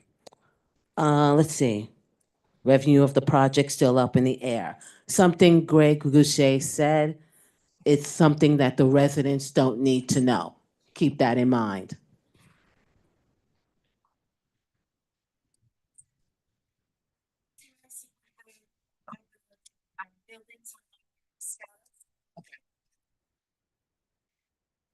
All right, guys, that master development, 190 pages. I have a disability, I have dyslexia. So imagine, it is so hard. I would need somebody to read that to me for me to even understand it. So imagine any resident that probably could just a little bit read it, understand it. It is very difficult. So that alone, they just have to explain to the residents in every language what's going on in there, because it is difficult to understand. I'm sure not everybody's read it, because I used to pay my $10, read the book and do my essay, because I didn't want to go through all that. But number 2, yes, I'm against the demolitions. Our buildings are fine. I don't know why he's investing on all these monitors, because what he should invest in is the plumbing and new elevators. And then we could work on people's apartments with the cabinets and stuff, all the material stuff. But I'm telling you, we do not need a demolition of these buildings. These buildings are not deplorable. Something is going on beyond our control, but I'm going to stay here and I'm going to fight it till the end. And Bert, we're going to have a happy ending. Okay, well, that's something. Here we go. Ready? 2 minutes. I say the same thing all the time, and I don't trust these developers. They're using the vulnerability of the tenants, and they're trying to destroy the people with the low income, and they give you false promises, and the city, the elected officials, and whoever is trying to ignore us. And that's how I feel. I feel ignored. I feel that being a citizen and a resident of the city, I have no rights. I've been coming here for so long, and I don't see no results on Save Section 9. Because Save Section 9, I trust, because I lived many years on Section 9, and they did renovations on Section 9. And I want help from Save Section 9. I don't want the Rat Pat. I don't want preservation trust. I don't want Section 8. I, as a resident, have the right to reject it. The mayor said that it was up to us, and right now, he's ignoring us. And they're doing what they want. And it's a shame. It's a shame that me, as a resident, born Native American, is going through this. And I know within 20 years, we're going to be losing our apartments. I might not be alive, but the new generation with low income won't be able to afford New York's rent. Thank you.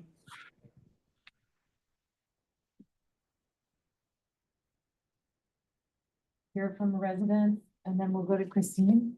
Can you put that in the mic? Appreciate it. Who's up first? Go ahead. Nellie, would you mind bringing over Salinas and then Christine? And after that, I have Layla.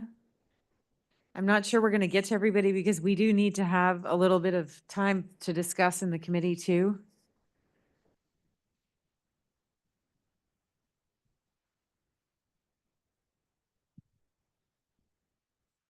Salinas, if you're there, you can go ahead.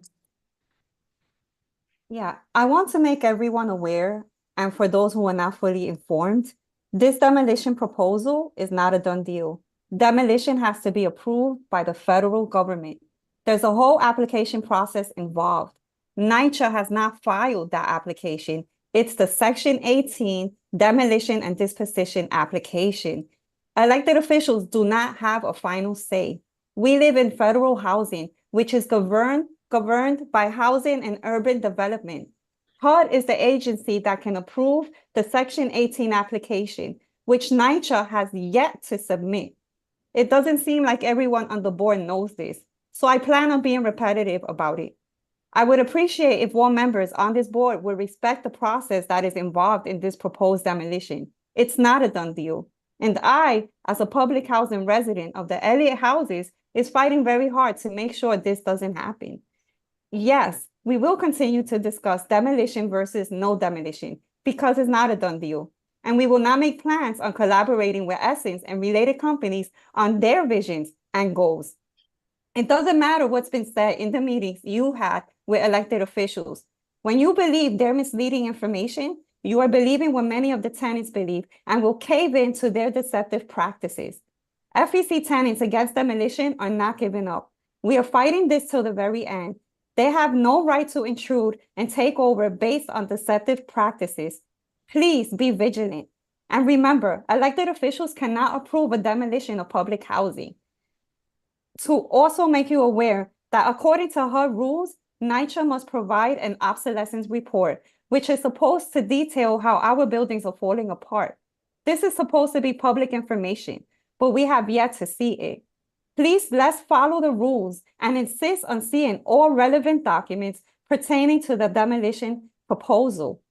And according to some testimonies, I see that we don't need to demolish buildings to get rid of rodents. Non-standard NYCHA apartments in NYCHA Thank you, means Salinas. that Time. okay. Christine? Yes. We're short on time, Christine. Yes, this is complicated and this is very sensitive. And I think we all on the community board are trying to make sure that our neighbors at NYCHA are living a decent living, and they are in a good place and they are protected. And I think we need to protect them no matter which way it goes. And therefore, I would think that you may want to lay out the reason why we are concerned about the demolition, but also, very importantly, what is the framework? What do we want if they continue on the path where they are? Because we don't have a choice, really. It seems that the train is leaving the station. So if the train is leaving the station, I would think that, as we usually do, we would want to talk about where is the density, what are the number of trees we want to save, what is the increase in space of NYCHA, what are the relocation and having buildings which integrate in the environment like we are in brick and not glass. That would be kind of the top 5 or 6 items. And I think that would be important to share that to send that to our elected officials and say, look, I mean, whatever happens, at a minimum, you have to have that. And if you are not, we know that the impact on our neighbors of NYCHA is going to be negative. And the main thing is that we don't want the impact on NYCHA to be negative. And that's what we should be all working for. Thank you. Thank you, Steve. It's 8:58. We have 2 minutes. We have 4 hands raised online. I know we want to probably discuss next steps.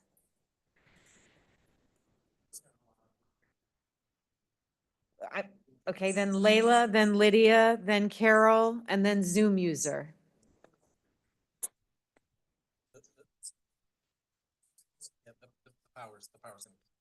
So. I think at this point, unfortunately, we're not going to be able to get to all the public testimony at this point. That's unfortunate. We don't typically, that is not typically our practice. I think we try very hard to make sure that folks have access to the opportunity to speak. It's unfortunate that tonight we're not going to be able to do that. Our apologies for not being able to make time for that. At this particular point, again, we are going to lose power. We do have to be recorded to be able to have a meeting. So I just want to sort of note for us at this point that our clock is winding down. At this point, I'm not sure that I'll pass those. Let So Layla speak, I would please.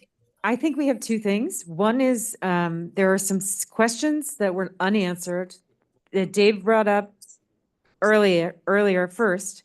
And I think we should go back and saying that, it's not relevant or no, or you don't need to know is not acceptable. So we need to go through those questions again that we got the answers to and ask them again, CC the elected officials. It's just more of an email type of thing we do. It's not like a formal letter, but make sure everybody's on it and say, you need to answer our questions when we ask. You don't tell us what's important to us. That's 1. 2, there's a possibility that we write a letter to our elected officials saying, I mean, I can't agree. I've said it a million times. My point of view is that demolition is, this whole thing has been just a shit show. And, whether the buildings get demolished or not, to Christine's point, we must at least have a plan to move forward with, both options or something, but we can't just keep spinning around and around. So there are things that we have been outlaying for a while now, and we need to reiterate them again with now all of the new points that are brought to us by the MDA, by the work of Viren and Mike and Paul. Thank you. I didn't get a chance to read your email before today, but. Can I make a recommendation for an action from this committee? Because we Yes. know there's a tangible bridge plan, timetable, deliverables. Renee raised some issues that, these things aren't being met. And we now have something very tangible to say. You made this commitment, the bridge plan, monthly updates, connect the dots on that and hold them to the fire if that's not getting done. And have somebody go dig into that and give us, this is an action. Sorry, what's the uncompleted tasks in the bridge plan. Okay. They've committed to Is that a January, letter? February Is that reports. what are you I'd like to see us send some, it could be administrative letter, it could be Okay. some letter that says the bridge plan commitments were structured, timely deliverables. We're hearing from the residents that those things aren't being delivered. Some residents saying are, some aren't. Let's do a very concrete step. Bridge plan is not being followed. It needs to be followed. Do we need to make a motion on that or can we just do that? We'll just do that, yeah? We're just gonna do that. Sorry, I just need to make a comment on that to say, I think whether we're on mic or not, I don't know at this point. But we are supposed to leave. I just want to say to that, I think that's a valuable point to make. And also, it's something that I think the co-chairs of CLU need to talk to the co-chairs of Housing, Health and Services about, because again, we have to be thoughtful about who's taking on what in what capacity. So I just want to flag that to say, I think my amendment would be That is a topic that we have to go over with HHHHS. Thank you. But I will say that too, I want to reiterate, like, we need to start focusing on land use or or we're not going to get to land use. And so we can absolutely take that to Joe and Maria and say, we need you guys, which it's in their purview, really. They're, Housing, Health and Human Services. So following up on the bridge plan should sort of come from them. But I think it's a great suggestion. I would really like to start thinking about what is it that we want to help, make this a better project for the people who live on these two campuses, should they end up demolishing.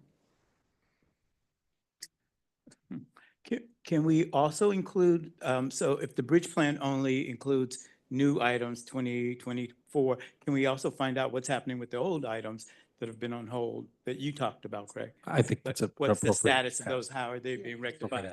Again, that's something to debate, I think, or discuss with the other co-chairs. Again, we do need to wind down. I'm sensitive to time, but let's pass the mic down that way. Take a minute. And again, to those of you online who didn't get to comment at this point, you could send your materials to the community board, your comments to the community board, so we can record those for the record. Go ahead. No, I think it's too early to start talking about what we would want if demolition goes forward. To me, that telegraphs that we're expecting it and could live with it.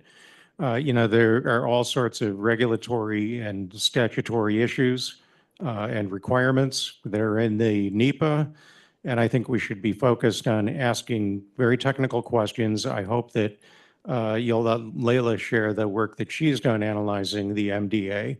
Maybe we could do a letter to the electeds that includes, the questions that weren't answered by NYCHA earlier, and the issues with the MDA that Viren and Layla and Mike raised, just to kind of consolidate these things. But I don't think that the train has just left the station or that this is a done deal and we need to start trying to salvage something from it.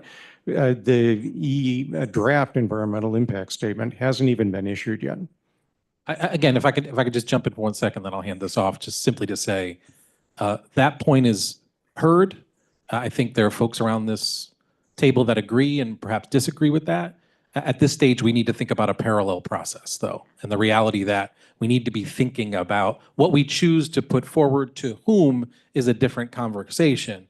But I think at this stage, there's some value in us strategically and planning to think about the parallel process that we have to start getting into at this point. Just as a point for everybody else, I think David already knows this. And Paul or Christine, you'll have to check me on the facts, but the draft, the NEPA review and the ULURP for Port Authority came back on the same day.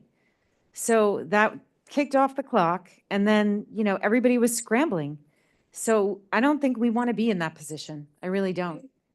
Not to mention the fact that NEPA may not exist in 2 weeks. We don't know. So, like there may be no NEPA at all. So I really think that, time is of the essence. Let's let Inga jump in, and then I do. Yeah, so I mean, I understand the parallel thing, but it's not a done deal. It's a housing issue more than a zoning issue. The financial and operational risk is entirely on the city. It's not unrelated. And the project hinges on 91% of state and city funding, and we don't know that the city and state have the capacity to fund this. It's an expensive project, so we don't even know this yet.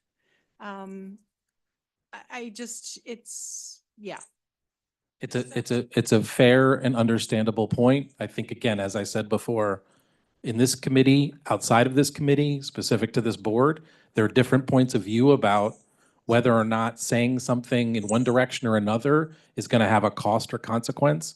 I think at this stage, there seems to be some energy and focus that we have to acknowledge, that perhaps we do have members of our committee and of our board that want to strategize about what happens if, and there are folks who want to say, well, I don't want to put that forward.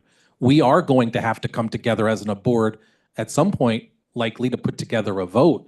I think that the reality of this time is, I don't see the negative consequence of preparing for something. It's really a matter of whether or not we go public with something, and those are two different conversations. On that note, I do think we need to close for the night because we were past 9 o'clock and we were supposed to exit already. Can I have a motion to end our meeting? Motion to adjourn. All those in favor? Thank you so much. I appreciate your time and energy and your respect. Thank you. For a really good conversation again. I feel like, and to Pier and Mike especially, thank you for your time on that.